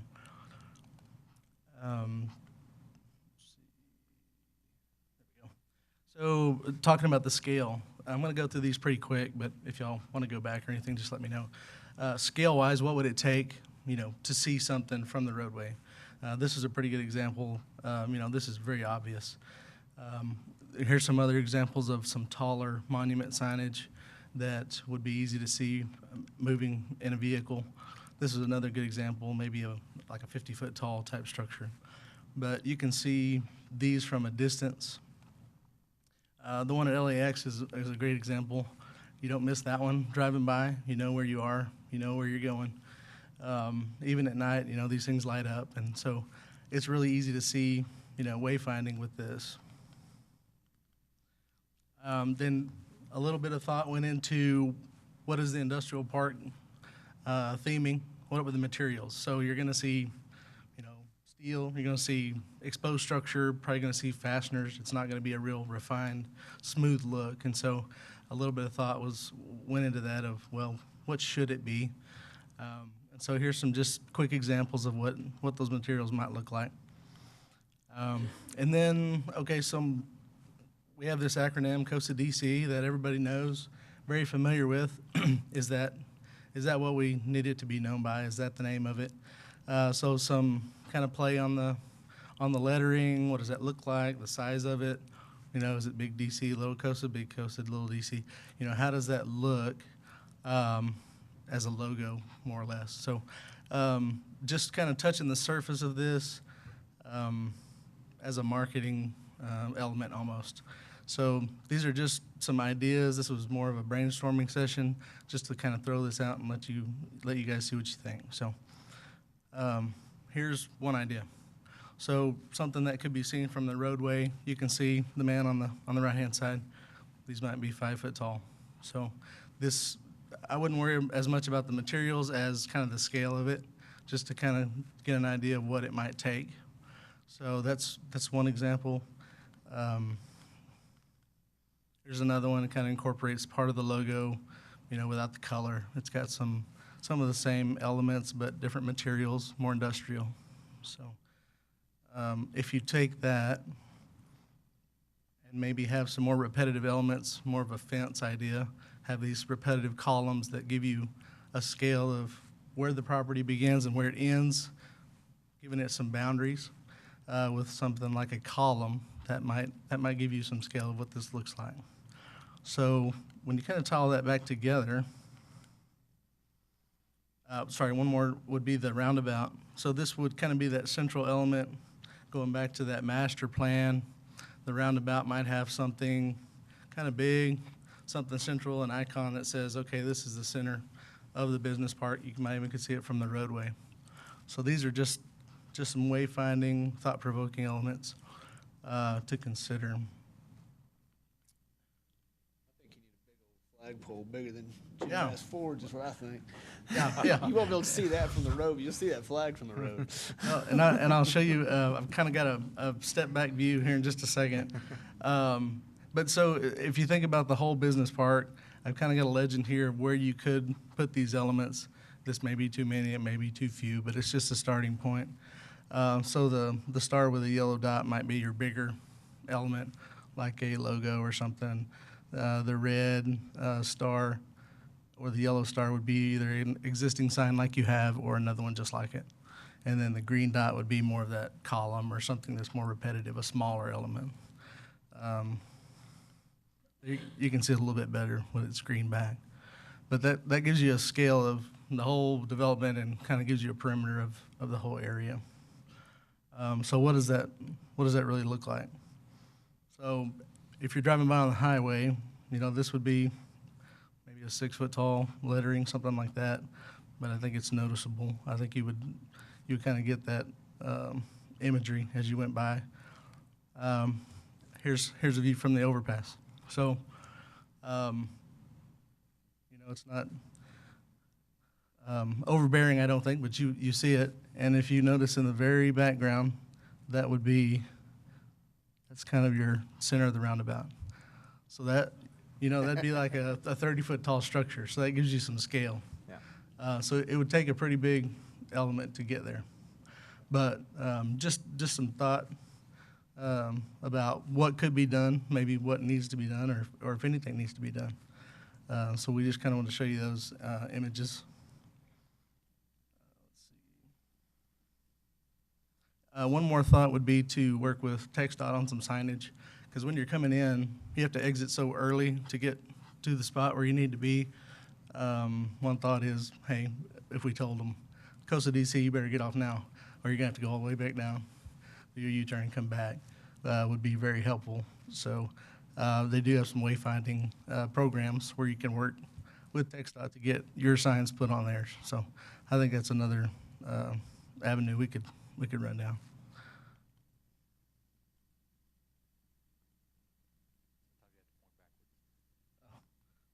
There we go. Okay, so any questions on that, or do y'all want to look back at any of those images?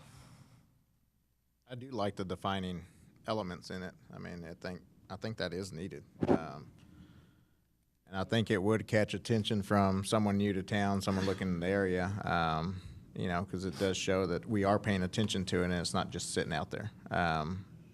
You know, that was a great thought process also with with TxDOT. I mean, because there is no real signage to lead you to there. And I mean, that's key. I mean, anyone that's wanting to go into that park and, you know, help better explain or have transportation in or out, I mean, that's some guiding factors there. So I appreciate the presentation.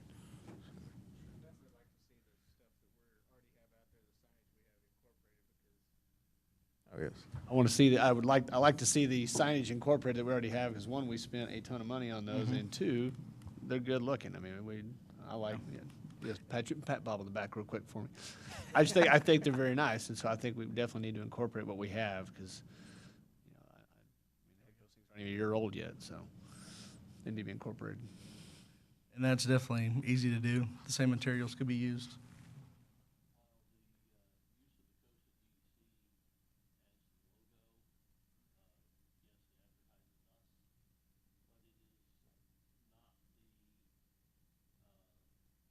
There we go. Sorry, the mic was off. It is the Costa DC itself is not really the name of the industrial park. What we have on this signage that's on the slide now is the San Angelo Business Industrial Park.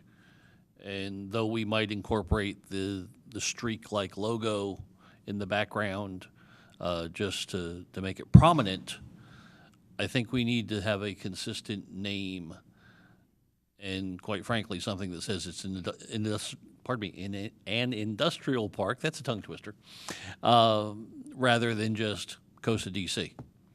Because if somebody's coming to town and they have an appointment with Roland, that could be misleading rather than wayfinding. But I do like the concepts. It's just a matter of moving forward from here. I'd like Brenda Gunter. I want to support the comments John just made. First of all, even most of the citizens of San Angelo don't know what Costa DC is. Costa DC is an organization. It is not the industrial park. What we need to do is, number one, first and foremost, is tell people how to get that, and that's using TxDOT, the highway system, to get signage on the highway to say exit here or industrial park here, turn right, turn left. Costa DC is an organization whose funds support the industrial park growth, but it is not that park. That's these people. It's the board. And so we want to make sure we separate and make sure we're promoting what it is. It's San Angelo Industrial Park.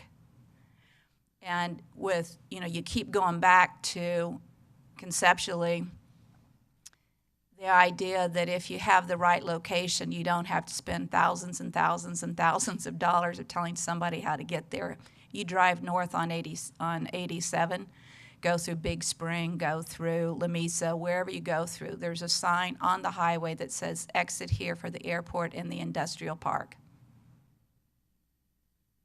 And I'm sure economic development money supported those issues as well. We want to make sure that when we're talking about growth and development and opportunity, that we don't narrow our vision to one single thought process, and that is the existing industrial park.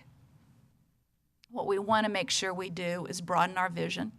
We want to make sure that what we do is support growth and development, of which this is a piece of it, but it's not the only piece that we need to be looking at. But again, we need to promote San Angelo Industrial Park, not COSA DC. If you ask 80% of the people in San Angelo what COSA DC stands for, they'll stumble. Only if you're involved with City Hall, the council, the board, the employees do they know what COSA DC is. Thank you. If I could take that broader vision just one step further, to add a designator to this industrial park being, generally northeast, industrial park number 1, would indicate that we have vision of future separate development. And I would just add, we have some other images we were trying to limit, and we'll show Roland and Bob, as many more as they need to look at. We've played around with the idea of those images that you were looking at as the elements in the roundabout and on the edge of the park, actually being more about the business and industrial park, and trying to figure out, that's more of a mouthful in terms of trying to figure out how to do that, whereas the 6 letters is really easy to come up with some artistic things to do. But we're playing around with that idea as well. And so if we want to emphasize more of the idea of San Angelo Business and Industrial Park, right, the name that's right there on the sign, and try to do that, I think there's some ideas that are generating that may do that as well. And in the same way that you just saw, tying in the elements and bringing them around, establishing the boundary and giving some things for people to understand what it is. I'll just say, as we've started into that, it's a little bit harder to find the simple thing to communicate that mouthful of a name, right? And so that's why we're gonna keep working through that. What we were showing you was trying to pull the easier piece, which is the 6 letters, and showing ways that we can do that. And as Ty was mentioning, show you what kind of scale it takes in order to identify that from a distance. It takes a pretty good size, element in order to do that. And with your direction, which is exactly what we're here for today, we can move towards getting this naming as a part of that, and maybe we come up with some other ideas that keep that scale, keep those materials, but utilize that name so that identifying factor is what you want. I like that idea. The fewer letters that you have to represent, the larger the scale, of course. But we have an almost pronounceable acronym right there, SABIP,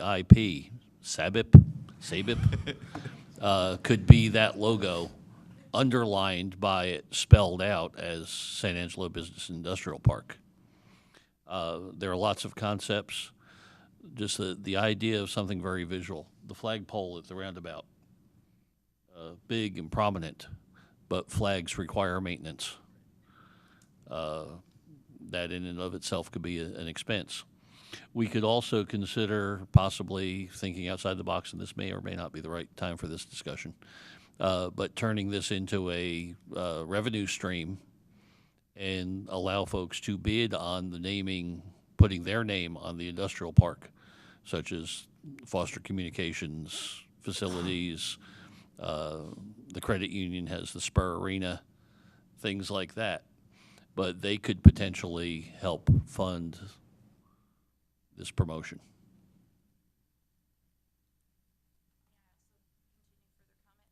You know, one of the things I don't think we need to be spending money on is identifying the size of the industrial park. The growth itself will identify the size of the business park. I don't think there's any benefit or any expense that we should go to show that it starts here, it goes there, it extends over there, and it comes back here, and here you are at the beginning again. The growth of that park will define the size of the park. We need to make sure that the monies we spend are spent on growth and development. Spending a lot of money on a lot of signage and showing where the, if you will, the markers are in terms of the land does what? What does it bring to the table? Nothing. We need growth and development, and that means we need to make sure we prioritize the monies we have to bring growth and development to this city, not in terms of trying to make our San Angelo Industrial Park glamorous and lots of great signage and lots of, what we need to do is tell people how to get there.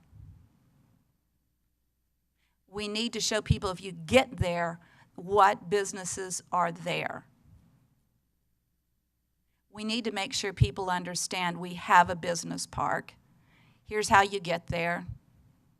The rest should tell the story, and that is the companies that are there, the businesses that are there, not a bunch of flags and whistles and other things. That's not what the industrial park is about, and you cannot go to, I mean, I've been in many industrial parks. It's not something that you want to spend a lot of money showcasing. The businesses there are the showcase. That's what we want, growth and development. Focus the monies, the energies, the efforts towards growth and development. Thank you.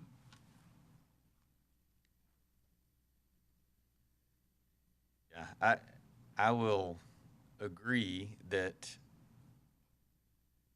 letting people know that you have an industrial park, where it is, and how to get to it is the primary thing.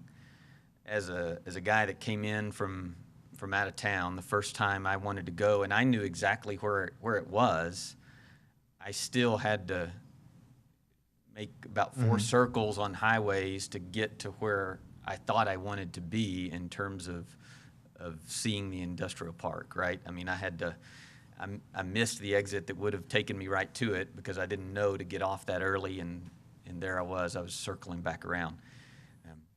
So a couple things. I think that's exactly right. I think some of what we're talking about does help with that.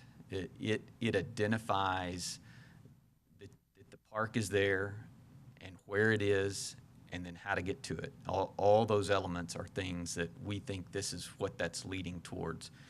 Obviously, the idea that we had with Roland and Bob for this first piece of our contract was this, to brainstorm these ideas, to provide those to you guys to see if there's any of that makes sense. And the next step that we'll take after we've settled on the layout and some of these elements is now to get ready to put in infrastructure, right? The next step that has to happen on phase 2 is we're talking drainage, infrastructure, water, sewer, streets, the things that allow additional lots to come online so that businesses can go in there. That's where we're headed, and we're in complete agreement about that part.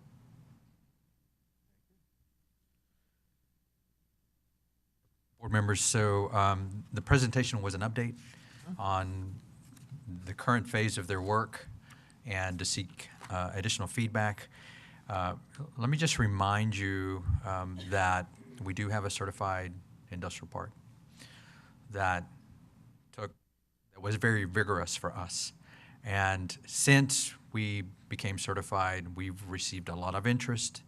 We've sold a lot of parcels.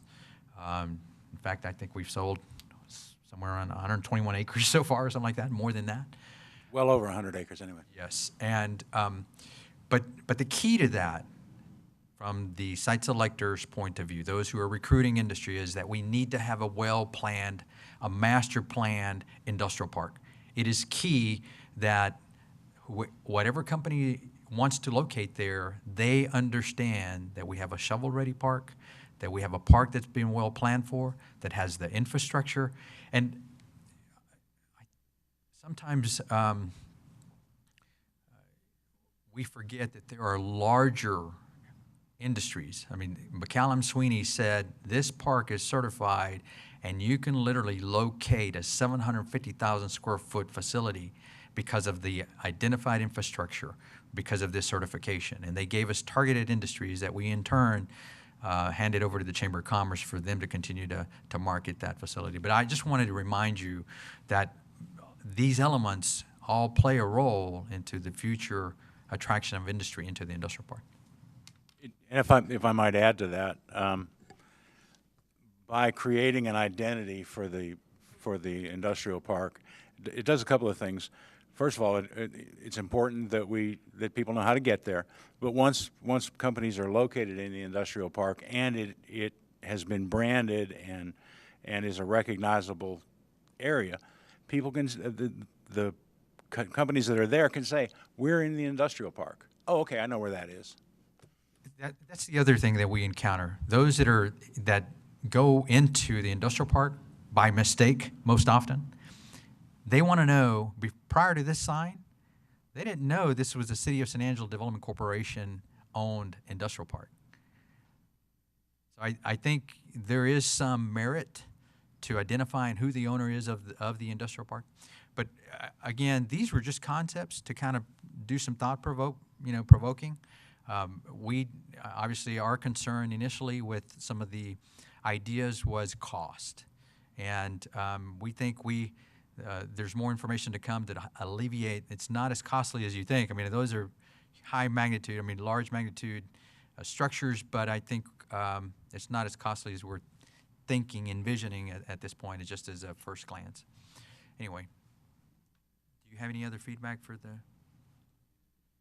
No, I think the primary, I mean, we kind of got sidetracked on the signage in itself, but the control of the water for more development is the key to it all. I mean, that's what the main thing is, and a lot of people get bogged down with the luster of the signage and things of that nature. Right. But from the aspect of, I mean, that's can be a side note later on. But what you're doing with the water control and things of that nature, that's what we're wanting to see. So with the growth you're seeing on the other side of the loop or the other side of the frontage coming our direction, obviously it's going to pose a problem to us as we grow and things of that nature. So that part I appreciate the presentation on. So we're going to continue to move forward.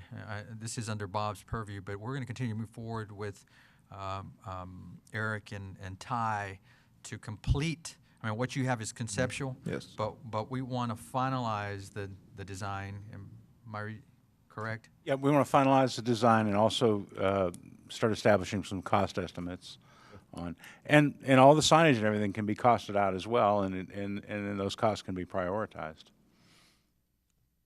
Very good. Any other questions from the board? I'll just say that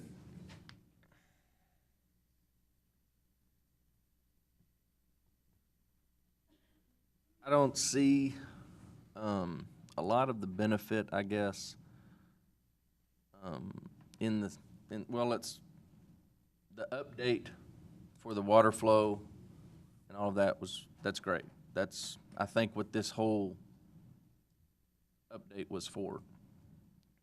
I personally am not a fan of all the signage and whenever you showed me the map of the green dots and the red stars and I know what we spent on those right there. And so when I see the map of 52 little dots, I'm going, I think we're losing some sight here. Nowadays, I think people need to find something, they find it. If this were a retail new shopping center, then I think we need to have entrances and we need to have all the attraction to get a business owner to say, hey, that's a sharp-looking area over there. If I own a trucking company, I'm looking for some land, accessible to some highways, and Now, for the city of San Angelo's sake, if you say we're located out at the industrial park and they don't know what that means, we can do that with a television commercial. We can do that with a different local advertising of the industrial park. So I would just be cautious to spend or go about this, continuing this, thinking that we need this grand gateway of San Angelo Industrial Park. And I understand that the COSA-DC put in it, I believe, was just to show us some examples that we would later come up with what we wanted to say. I completely understand that. And y'all, it looked great. It was a good present. I'm cautious to move forward thinking that our industrial park needs this. I mean, I think what we have is pretty good. And I think we need the water flow to go, and I think we need to get the lots and the sizes of the lots just right so that we're selling what we have and we have what we need available. I mean, you kind of have to adjust the size of these lots and things like that, but I would be cautious personally. I think we need to shy away from, you know, a 30-foot sculpture or something like that.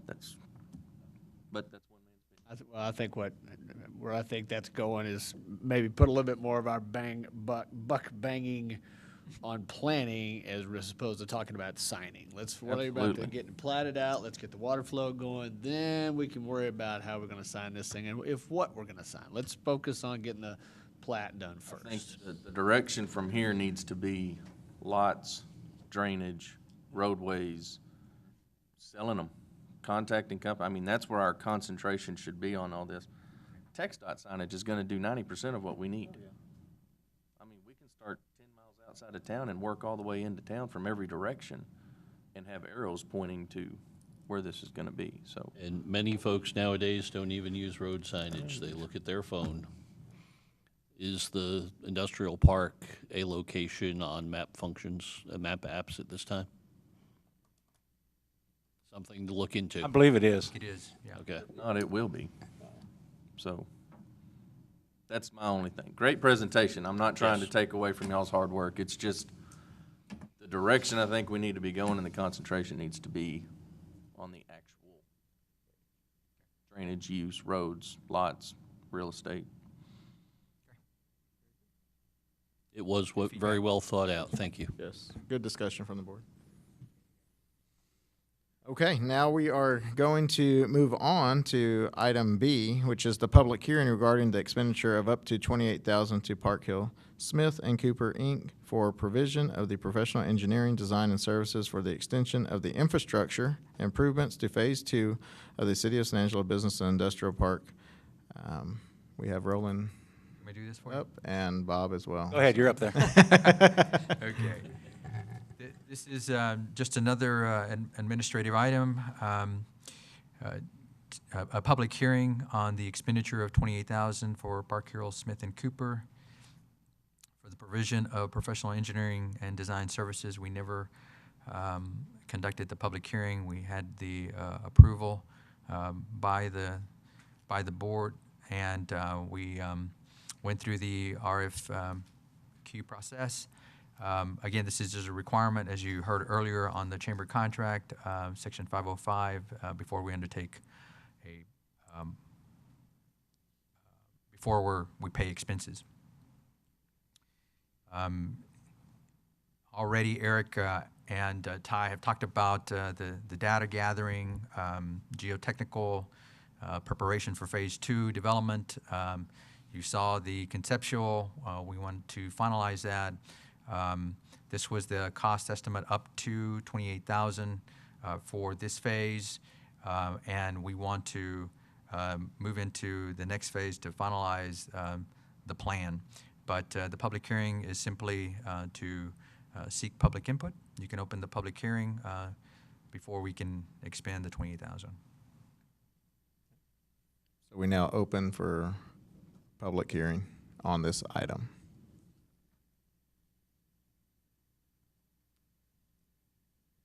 Okay, there being no one to the podium, we will now close the public hearing on this item. We are now moving on to item F, which is an additional public hearing regarding the expenditure of up to $4,000 to grant works for the provision of grant writer and grant administration services to apply for an Economic Development Administration grant to fund infrastructure improvements to Phase 2 of the San Angelo Business and Industrial Park, presented by Mr. Pena. Same kind of situation here, another public hearing before we can expend any funds. This is for $4,000 to GrantWorks for their grant writing services. You've already heard me talk about the requirement under state law. The application is for the grant to help us alleviate some of the costs for infrastructure for Phase 2. Their cost of service is $4,000 for the application preparation and submittal. That hasn't happened yet. They are moving through the process now. In both items, we have not received any invoices of that nature at this time. As we move forward, and if we receive the EDA grant, there will be an additional charge, just like we mentioned when we issued the RFP for the grant writing services of 4% of the total grant awarded. At this time, if you'll open the public hearing. I do have one question before the public hearing is, Sure. What is the dollar amount we're seeking that's available for grant? We don't have that number. Did we? Move 2 slides, Roland. I think we actually do have a number. 1.2. Okay.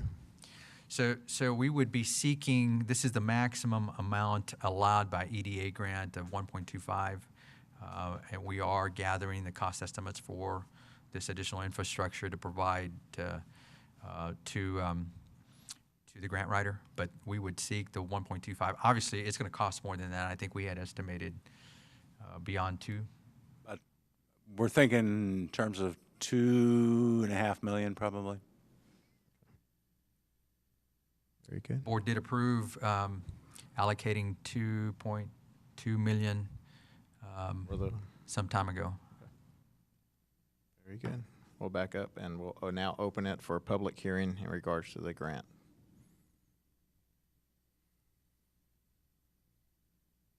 No one coming up to the podium. We now close the public hearing on this item. Moving on to item G. This is a consider approving a resolution authorizing submission of an application to the U.S. Department of Commerce for the funding through the Economic Development Administration, EDA 2017-2018 Public Works Investment Assistance Program for the infrastructure improvements at the San Angelo Business and Industrial Park, and designating the Costa D.C. President as authorized representative to act in all matters relating to the application and the grant program. Mr. Pena. This is a requirement of EDA, the Economic Development Administration. They do require that we submit a resolution. You have that in your packet for up to $1.25 million. Our matching funds will be $625,000 for that grant. We have already talked about the fee application, $4,000, and if we get awarded, the 4% of that grant amount will go towards the grant administration. With that, I'd be glad to answer any questions. Staff does recommend approval. Prior to moving for a motion, do we have any questions from the board? I have kind of a side question. Okay. Do we know how much we spend having people write grants for us in a year? This is the first one I know of the Costa D.C. has written. This paid any- year so far? Right. Yes. So we've only, the only other time that we've applied for grant was at the inception of the industrial park when we did Phase 1 infrastructure. That's the only time Costa D.C., I think, has applied for an ADA grant. And Phase 1 was actually funded to a great extent by an EDA grant. No, I was asking kind of like I said, a side question, because if we're spending $40,000 a year or something for these people to write them for us, we can hire somebody. But that was, like I said, a side question. I'll go ahead and make the motion that we approve. Second. Knowles? All those in favor? Aye. Aye. So moved. Moving on to line item H, consider approving a resolution authorizing the expenditure of $5,000 to the Ports to Plains Alliance for sponsorship of the 2017 annual conference. Mr. Pena. We've been a supporter and member of Ports to Plains for several years now. This is an annual expenditure that we have allocated for Ports to Plains. It is in the current budget. There's no budget amendment. Director John Barrios serves on the advisory board of the Ports to Plains.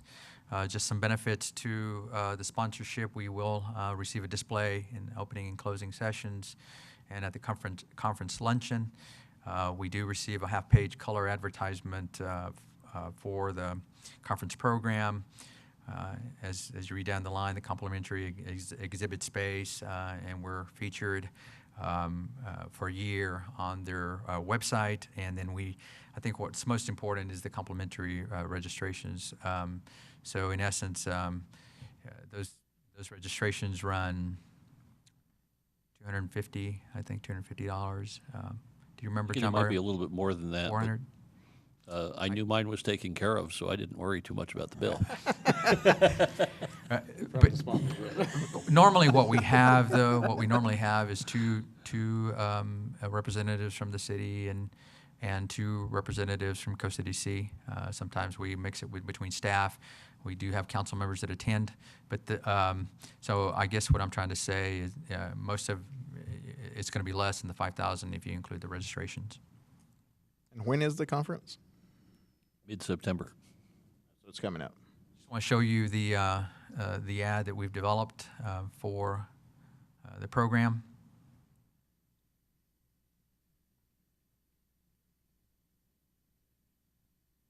With that, I would recommend approval. That looks great. I think it's a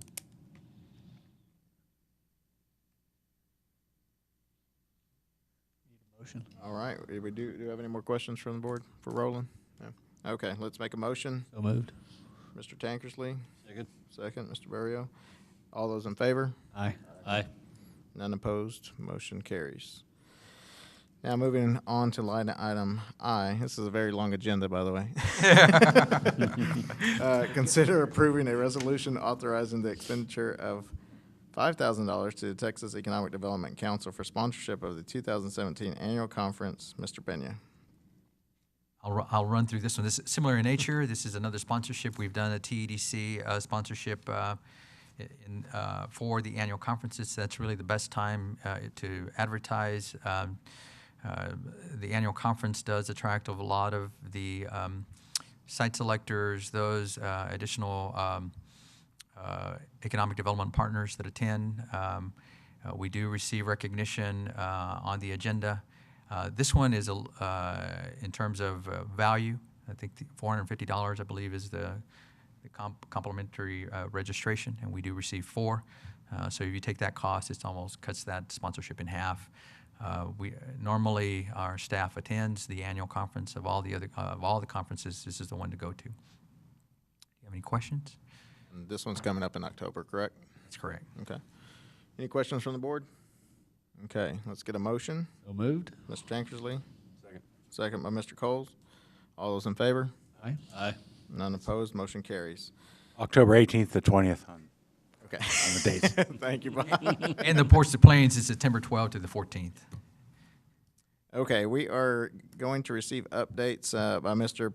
Pena on Goodfellow Air Force Base tour. Do you want to take a break, or do you want me to move? We're right here, right by executive session, so let's I'll just keep it roll going, with it. All right, Okay. I'm So we're going to get updates on presentations on Goodfellow Air Force Base tour, the Chadburn Street pedestrian corridor project, Howard College LVN RN commencement ceremony, and Work Ready Community Acts. These are all items that are important, but I'm going to skim through very quickly for the sake of time. We did have a Goodfellow Air Force Base Community Leader Tour. You have that information in your packet. It provides the date. Some of the information that was provided, I think we already know, as the mayor expressed. Goodfellow Air Force Base provides a huge economic impact for us. They are an international training facility known for intelligence, surveillance, and reconnaissance. Most impressive about the tour was that they are going to continue to build more projects. I think there's some 30 projects on on schedule. For us, it's an opportunity to help accelerate those projects with some Co-City involvement. Goodfellow is known for having 22 signed P4 agreements, more than any other of the 61 bases to date. And so there is potential for future growth. You attended that community. Yeah, let me meeting. just Would you like to- chime in. It was very well attended. We had the mayor, the chamber, Coastal DC representation, council members. Goodfellow just opened their doors to us, did a great welcome, hosted us, informed us of how crucial our partnership is with them, and how it is seen all the way up to the Pentagon. So it's great community support, something that we need to continue to do. And with all the partners that were there, it just added that much more value with the colonel and his staff, along with us receiving that additional information that was provided. So we thank them for allowing us to go on to their facility and for them hosting us. They hosted on a Friday and a Monday, so 2 different times for us. So we know that takes time away from their schedule as well. So just kudos to them for taking time to build that partnership. So. Any questions? All right, Chadburn Street update. This is just bringing you an update. We have received word back from TxDOT that the intended application or the intended project that we submitted needs to be reduced in scope in order to be much more eligible for funding. The revised application submitted early this month. The request now from TxDOT is 1.7 million. And the city would be providing $750,000, a 30% match for that. This phase includes street reconstruction for non-motorized elements and street reconstruction. Total cost is $7.7 million. Here's how the allocations from funding sources have landed. You may recall that we set aside $750,000, I believe, for 3 years. But this would be our commitment, 1.8, if the project gets funded. We'll need to continue to let me show you the map and what that looks like. So from Beauregard to the river is the extent of the project. That's 7.7. Yes, sir. Beauregard to the river. Yes, sir. Now, in this 7.7, when it on the previous slide, it had streets coming in for 1.235 million. Missed it. Go back to the spreadsheet. There you go. Does that include taking the 100-year-old water pipes that are still down there, moving them, replacing them, putting new in, putting new, whatever we're going to have to, because if we do this, and a year later I drive by and I see the city out there busting it up because we have a water pipe that busted. Not very good use of dollars. And I've said this from the beginning. I just want to make sure that the Chadburn Street project, it's a fantastic idea, but we have to do it correctly and in stages that make sense. Just for clarification, that streets is the source of funding. So in other words, it's from the streets fund. That's not the cost of just the streets. But that's No, I know, okay. I But get that's what okay. they're putting in. Yeah. But is it included? Yes, it is. That is part of this whole. Yes, in our internal committee meetings, every one of these departments have been in the meetings. We've all talked about the priority and how we have to make sure that all of this is coordinated, well coordinated, and it will include all the replacement of the older infrastructure. Is there any talk about burying the electric lines? Yes, there is. So that is part of it, and also moving any other telephone lines, gas lines. Some of the gas meters that are in the front of store buildings has also been discussed. So you would remove the overhead lines, removed overhead street lights, and put some decorative lighting as well.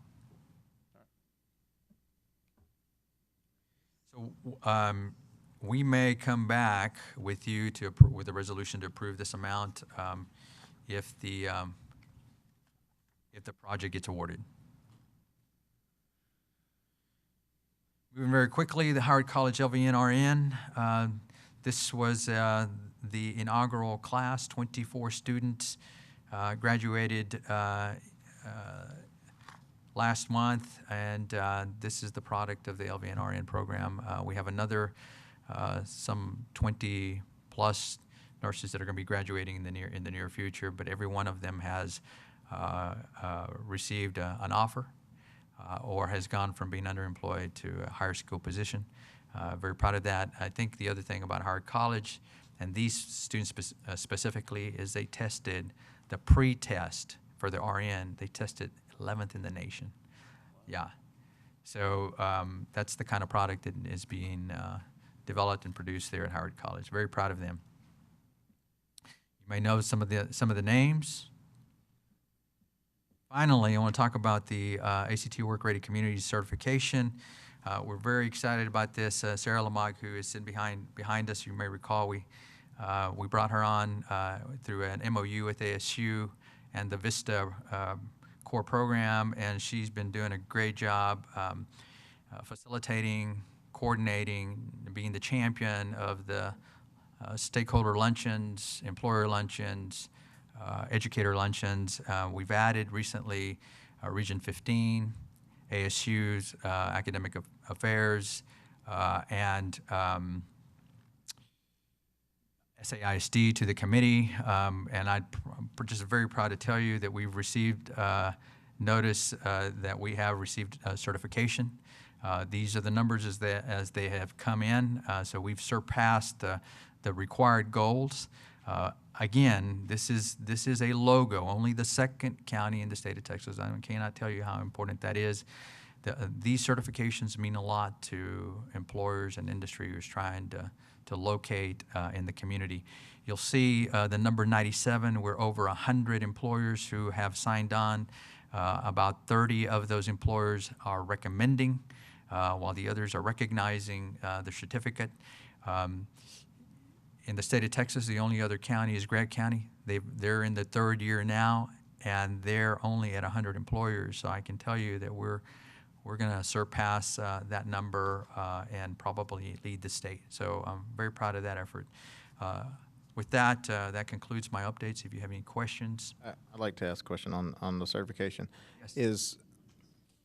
As a community, what do we have to do every year to hold that certification? Is it bring more employers on board? Is there a requirement? I mean, once you achieve it, that's great. However, how do you hold on to it? Yes. So we have to sustain and keep the certified logo. We have to increase the numbers, and those that have tested. I mean, remember, there are 4 levels of testing of a certificate.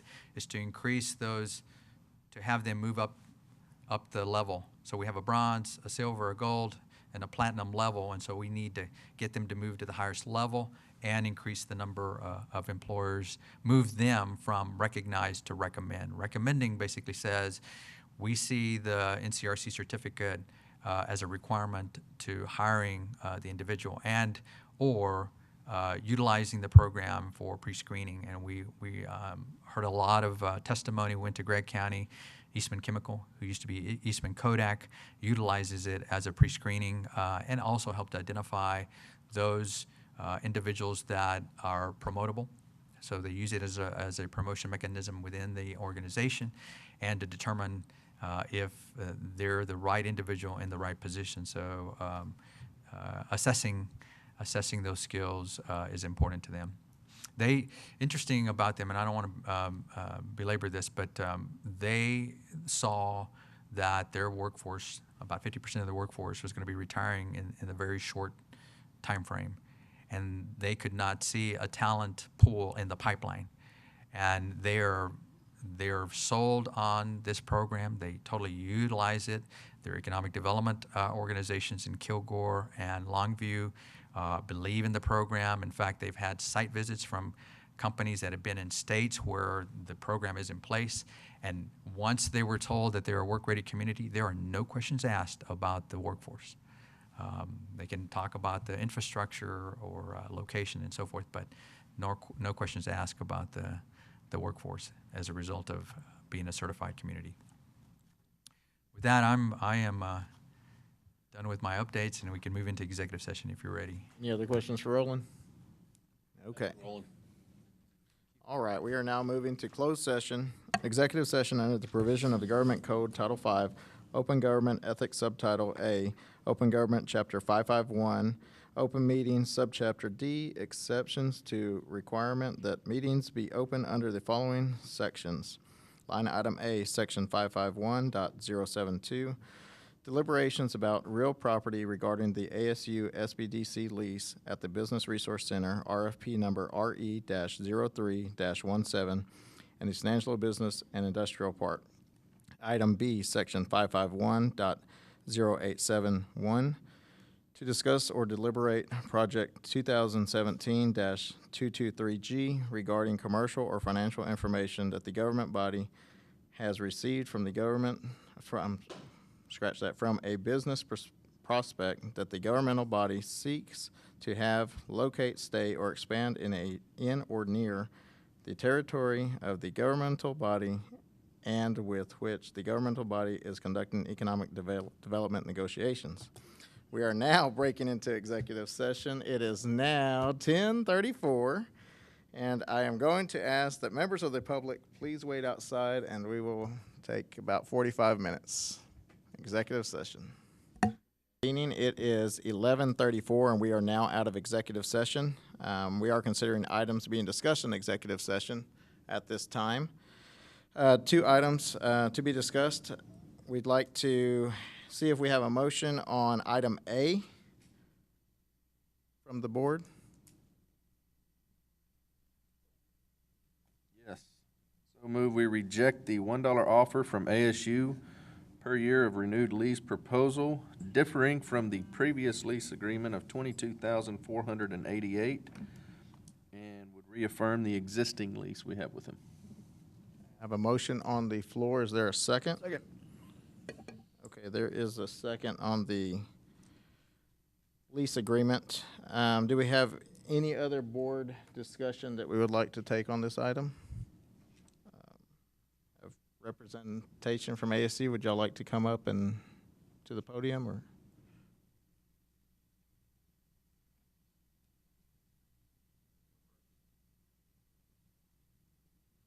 Thank you. I appreciate you giving us an opportunity to speak to this important issue.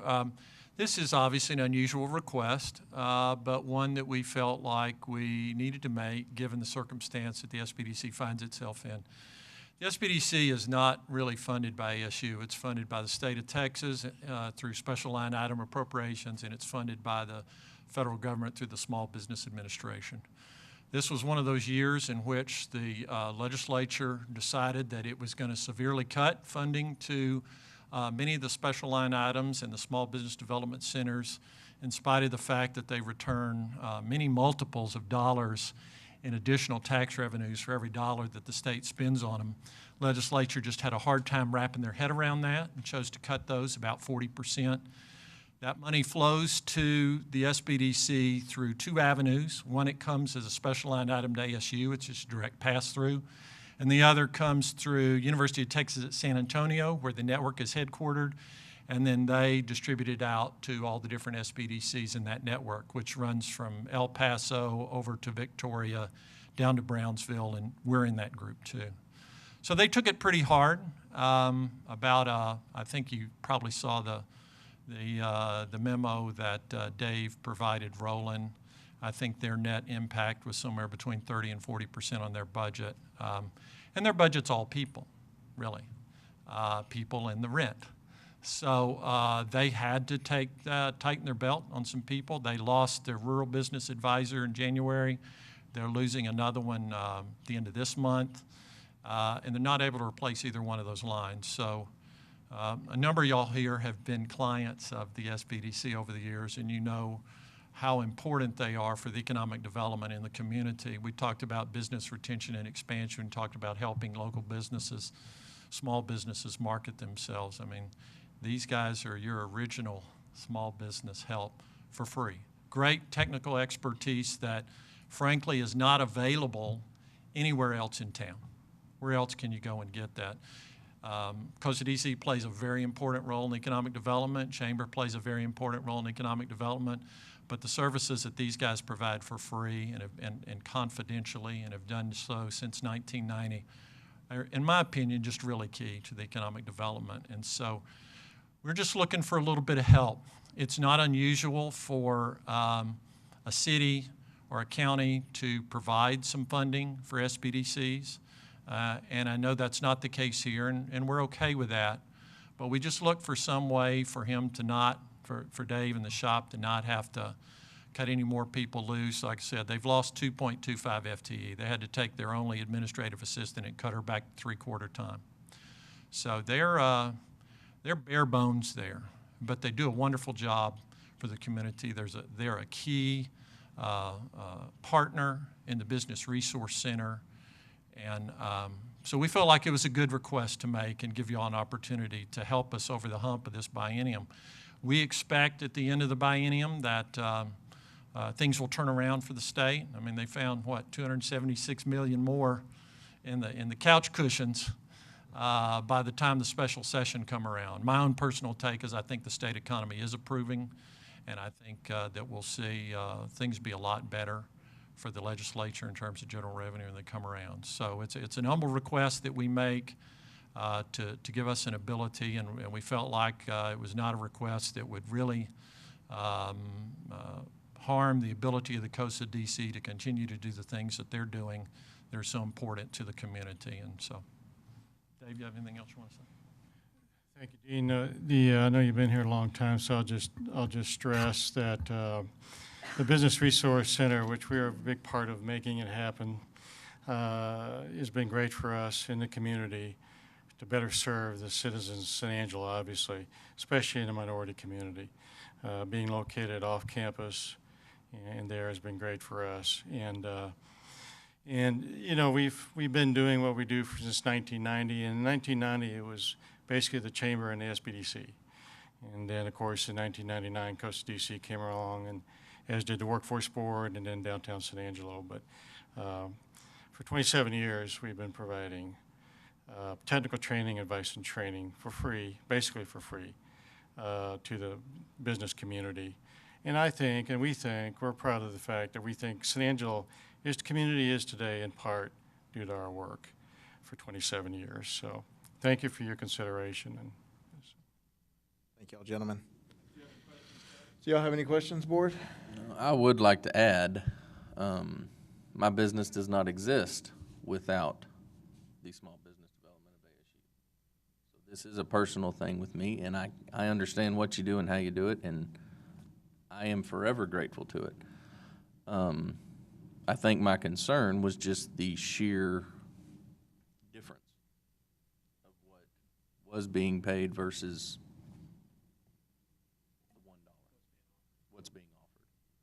That just seemed too big a jump?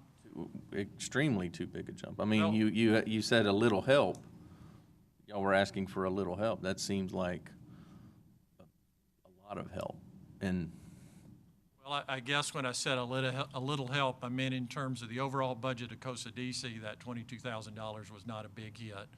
In terms of their budget, it is a big help for them. And they just don't have that many other places they can look to help them. They've cut every expense every possible way that they can, and that's when we thought about, here's a shot. Now, if there's an alternative proposal that the board would be more receptive to, you know, we're happy to discuss that and come back, or if y'all have a suggestion on that. I mean, every dollar that we can save helps him and helps them be able to keep doing what they're doing.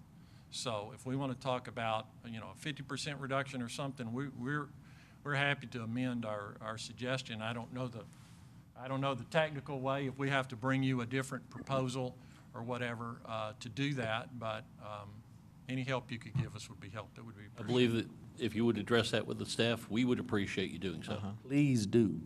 I think it would be in the form of a motion to where you would, if you hold your vote being no to the initial offer, opening it up for discussion of renegotiation on the lease, I think it would have to be proposed, something like that. Is that correct, Dan? Well, with the current motion that you've got, if you pass it, you still have a lease. So with automatic renewal coming up, so you could make another offer. There could be some direction to staff then. To negotiate. Go ahead and discuss prior to the time, to the expiration of this 1 year on the lease, an alternative. Okay, so where does that leave us? If the board decides to reject that proposal today, then you would give direction for us to work with staff to identify a proposal that would be more acceptable? Acceptable to the board, yes, sir. Can you give us, I threw out something. If y'all want to give us any guidance as to what you think would be a reasonable compromise, we'd be happy to hear that. In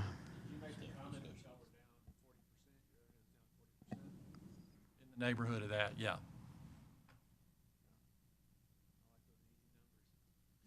So you're thinking of reduction 40% in the rent? To be discussed. That's likely to be discussed. Yeah, I'm not asking y'all to commit Oh, to yeah, anything. I'm just saying. Some guidance. Some guidance Yes, sir. would be helpful, and I we'd think be that would happy be to come probably more back. palatable for the board to kind of see instead of, like Todd had kind of mentioned, to us, that's a drastic swing. Gotcha. And so I think with an alternative proposal, that would be open to the board for discussion. Okay, sure. Okay. We would be more than happy to do that. Very good. And bring an alternative proposal back to you. In terms of timing, I'm not sure what that, Dave, if you have any idea in terms of timing. I think the new lease actually starts, what, October 1? September 1. September 1. September Oh, wow, 1. so we're under a time frame. Payment is due October 1st. Okay. Y'all think y'all can have a proposal prior to that, or? We can, yeah, and I don't know how the board, if y'all can conduct business between now and September 1 again, since you're not meeting. Can you get close to the mic, Dr. Jones? I didn't know if y'all could conduct business, official business between now and September 1, since you're not meeting again. It would be an We could have a extension. call. We meeting, can couldn't we? work through that with legal. So that's not an issue. We can bring back a contract back in September. If there's no amendment or anything, there's an automatic annual extension. But there's probably a provision in there about funding, that the agreement is subject to funding. So you're not without a lease if you don't have it done by September 1st. You're under the longer term, but we already know there's not funding for that. So if you can't reach an agreement, then there'd be you could just terminate wherever you wanted to terminate in the Okay, lease. so I think I understand what you're saying. So we could bring a revised proposal back at your next meeting, because the first payment's not due till October 1. Obviously, the lease is going to continue. We love being in the BRC. We want to stay in the BRC. It's good to hear. We want you to be in the Good, good. I'm glad to know that y'all feel the same way about that. That's the place for us to be. Okay. And I'd be remiss if I didn't say our friends at COCDC staff, the wonderful partnership we have with them. And I forgot to mention that, so that's another reason why I like to be there. So, And I'll just chime in too. Kind of like Todd said, from a personal perspective, it is a lot easier to guide clientele that direction because it's easy to find. I know when y'all were on campus, it tended to be they would get lost or they would not go because of the intimidation of it being on campus.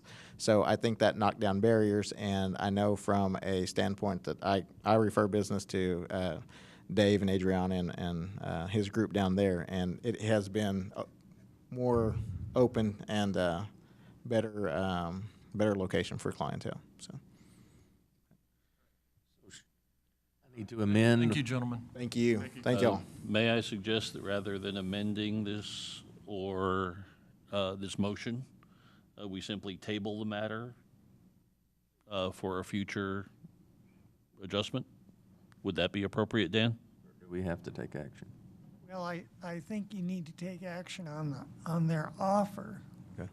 Which is then like it never happened, because then there's no change and the lease automatically continues. Don't amend anything, just. Right. But it still opens it up for them to negotiate, correct? Okay. Right. That's what we want. Right. Okay. Very good. So there is a motion by Mr. Coles and a second by Mr. Tankersley. All those in favor? Aye. None opposed, motion carries. But that's a favorable aye, guys. Okay, other items coming out would be discussion on line item B. And I'll have Mr. Pena come up. Board members, let me guide you with this motion. This is for project 2017-223G. I'm asking that you approve the allocation of up to $1.5 million under the terms discussed in executive session. So the motion would be to approve the allocation of up to $1.5 million under the terms as discussed in executive session. I'll go ahead and make that motion. Second. All those in favor? Aye. Aye. None opposed. I will make the motion that we adjourn. Second. We are now out of meeting. Aye. Out of meeting.